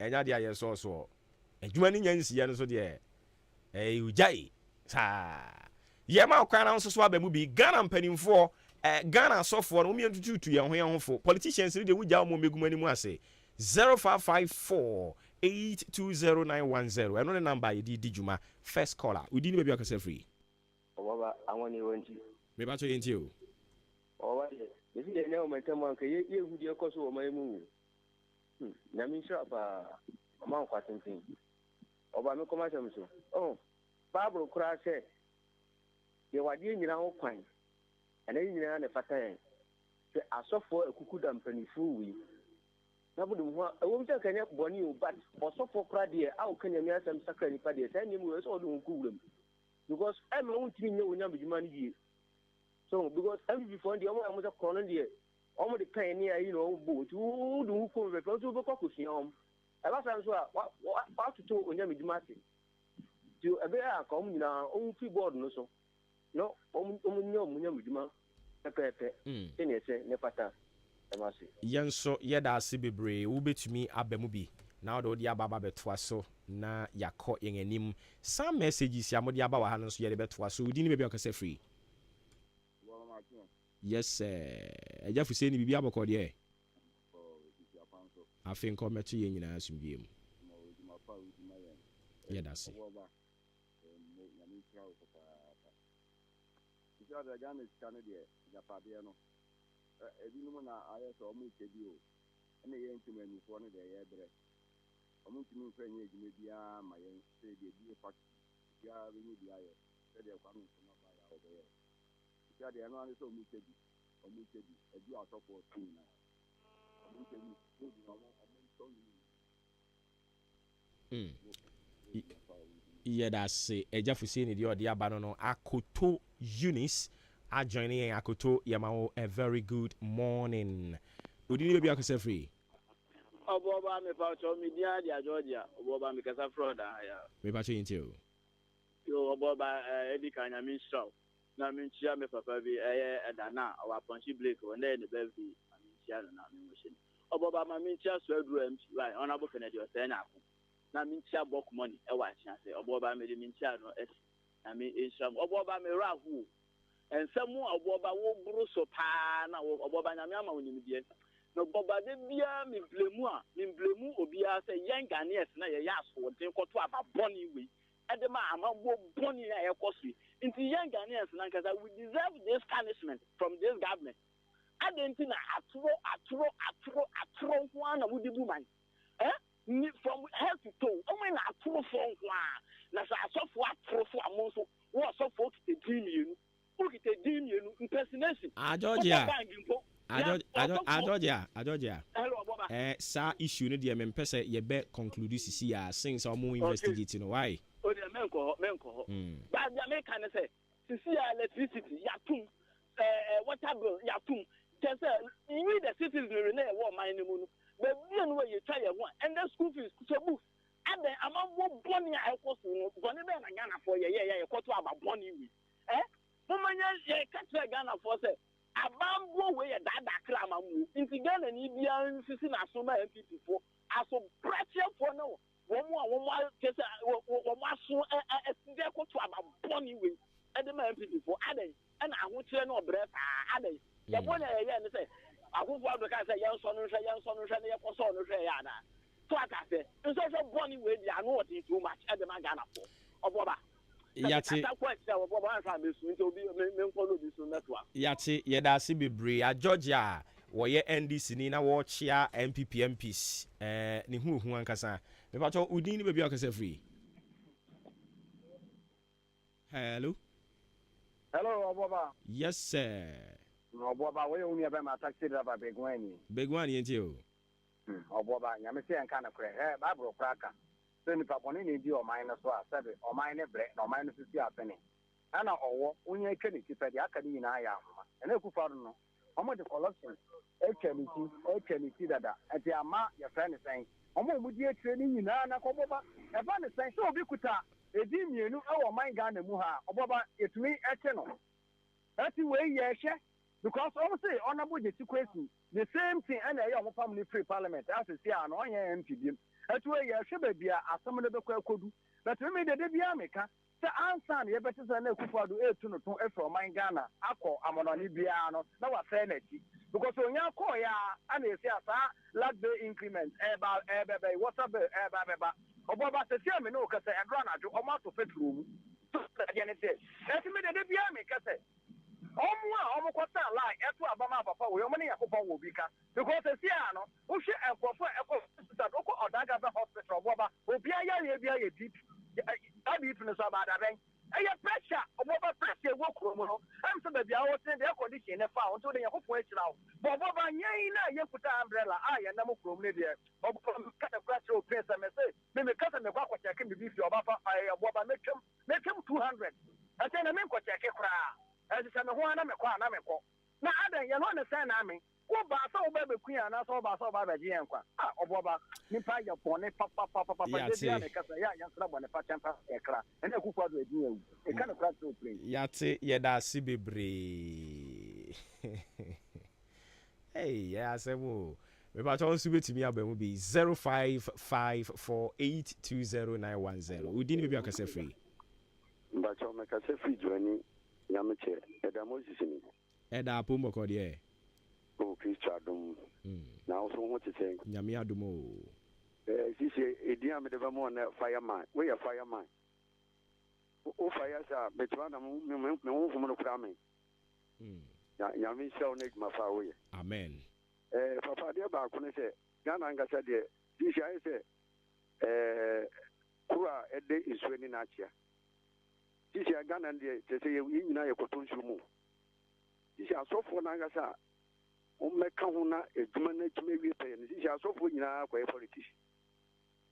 Now, you should be pre eyes or you from so beyond you or by make it. Into a young man and no place to say.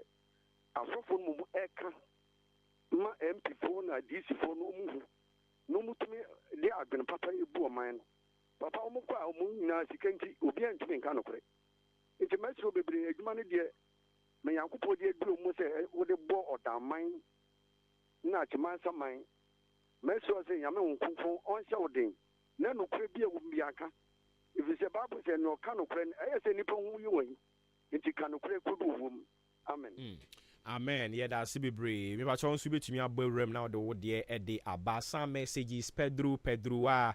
Okay, me ba chodi me ba kase free. Kase free what? Eja omono asamwa bibi aboko de. Oko. Yenti. Me temo nkache. Ya wo ho pa. Owa. Nyame shira no ntu. Amen. Obibiam obi a oba so manya. So won sama wo kan. Oru lo so be bonen. Etia for na kasani. Anese yana ya wara ya se ya wo bedi wa na wo bekum wa na se de bekum wa fo ne nya won enti wo hwem no oni a ya no din ni kakra ma asa post ma post na se ya ni a tinche no ana ya ebre na o ma no de akodro no de apo bulu pa na ya ba koto Yate yedase bebre still I fam course no nti unsu betumi de de aba na yede ato dwumadi ne so de ama we say ye frɛ no saying wo ahene akwesi champion kwache woro de on this dogo bi no abe o na behwe atopa ho adanse a wodi ne ha enya sem keto Robert Adai Frimpong Ruby Fashion ono so de aba o kire se Ghana fu nya bo kire kakra mfa mo mampani akufu adu na bibia ebe kama pa sisi ano why na dwene se yen problems no be solve bebre no a me no kase kra be se problem no mu chichemu be se duoson de wa solve ni nyina munya botre nchia nkoma Dr. John Kuma Deputy Finance Minister Dr. KD Asante Samuel Pine oye mayor ena BMW oso cheche omu nyina Sami Kwe enso di free Kasoa eno wode aba ono so kire se former president Kufuor wabra na wo si Jubilee House NDC 4 years so omo ba omo de be kwa yen enkoko nei omo kan bi foforo masa baby ade na mo no yenim baby apeso de wo ni sam de fofa but nonetheless thanks for coming through with it Sami Kwe dia wode ba na koto Yunis onso so baby a wo bi Nyankopon kan ho ye hu se wa join ya wo hwe de den or Padimon Felix enso so de de aba wa ha no che se or the free Kumase Swami or se kwan ba akopa NPP for be fa so me breaking watwe no ene so me koyi candidate ya Ghana fo nyina beto abade ama no na candidate ben wo kana semu ya wo ka candidate Vice President Dr. Mahamadou Bawumia yo yate ebe mo se Sultana Rice no chairman ode won kwaku apia so wo chia pa anyways yentwa so e wa hanti we some messages ya madaroma mode efa yen Facebook stream no hode eba ye we normal SMS or say good morning to you and Chiankoma Ghana man panyini in waiting hwan no Dr. Usu efiri yakoto atopa also chia na papa na ono na ebema NDC for atno position ache pa enti ya na wa ne so dia mame engrofo wo vim o vim de o we wenzo se afre no Pedro wa Madina Cruz o se koso na gba dwuma den fama yen nana otu kwansa enso adwen ne wa ha Paul kwasi ni musa akode o se me hwe live edi free enkran Nyankopon hira papa ene adwuma wo ye de ama wo man Ghana ewrade behwe wo so afia bim ese good morning you mayor majo so afia bim se bibia abokode ye de rade ase Eric Akwa Prince Mali omu nyina join ewrade onka mu nyina mo ho yedamase se wa join ye baby ade ne keka ko ne de e wo se yeti asaka ye de sori so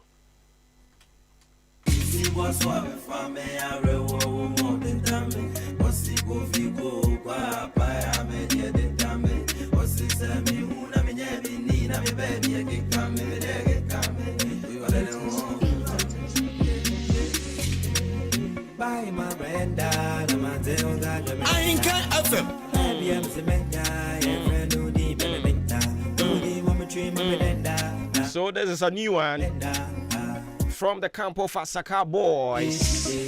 They call this one Ohima or Bahima. Emuyepa. fuck with you very bad. Major music and come alive. Say no man about women, I'm a dreamy one. Don't you bother, don't you bother. Say the wow, na anopa yɛ sɛ wokɔ nkɔkɔɔ a dumso no gyina mu dendenden wɔ nkɔkɔɔ nti nkɔkɔɔfoɔ bisa sɛ dumso na asan baa na ɔmo question mu bisa no nkɔkɔɔfoɔ no mame mfa seda nkɔ ma aboafoɔ odi ahenkan kɔ ame yɛbɔ a adwempa hene kofi mensa kɔ bike kɔ ame asante na Billy man ɔfrɛ me Obuoba Ofori Amanfo ne yɛkɔ yie na aboyaba so ne yɛnkɔ yie nso no atwe adwene asi so wɔyɛ namba ana wohyia yɛn a na waka kyerɛ na wate aseɛ ma me sɛ nipa na ɛfoma yɛ nipa na de kyɛ sɛ Yesu ama yɛ wɔ ne dasekyena yɛbɛsan bɛtoɔ som kɛseɛ no so for God encountering yɛsɔ so a nnwumadi ahodoɔ aka nyinaa yɛde toatoa so sisi adeɛ kwaku ɛnin kusi buadum atena ase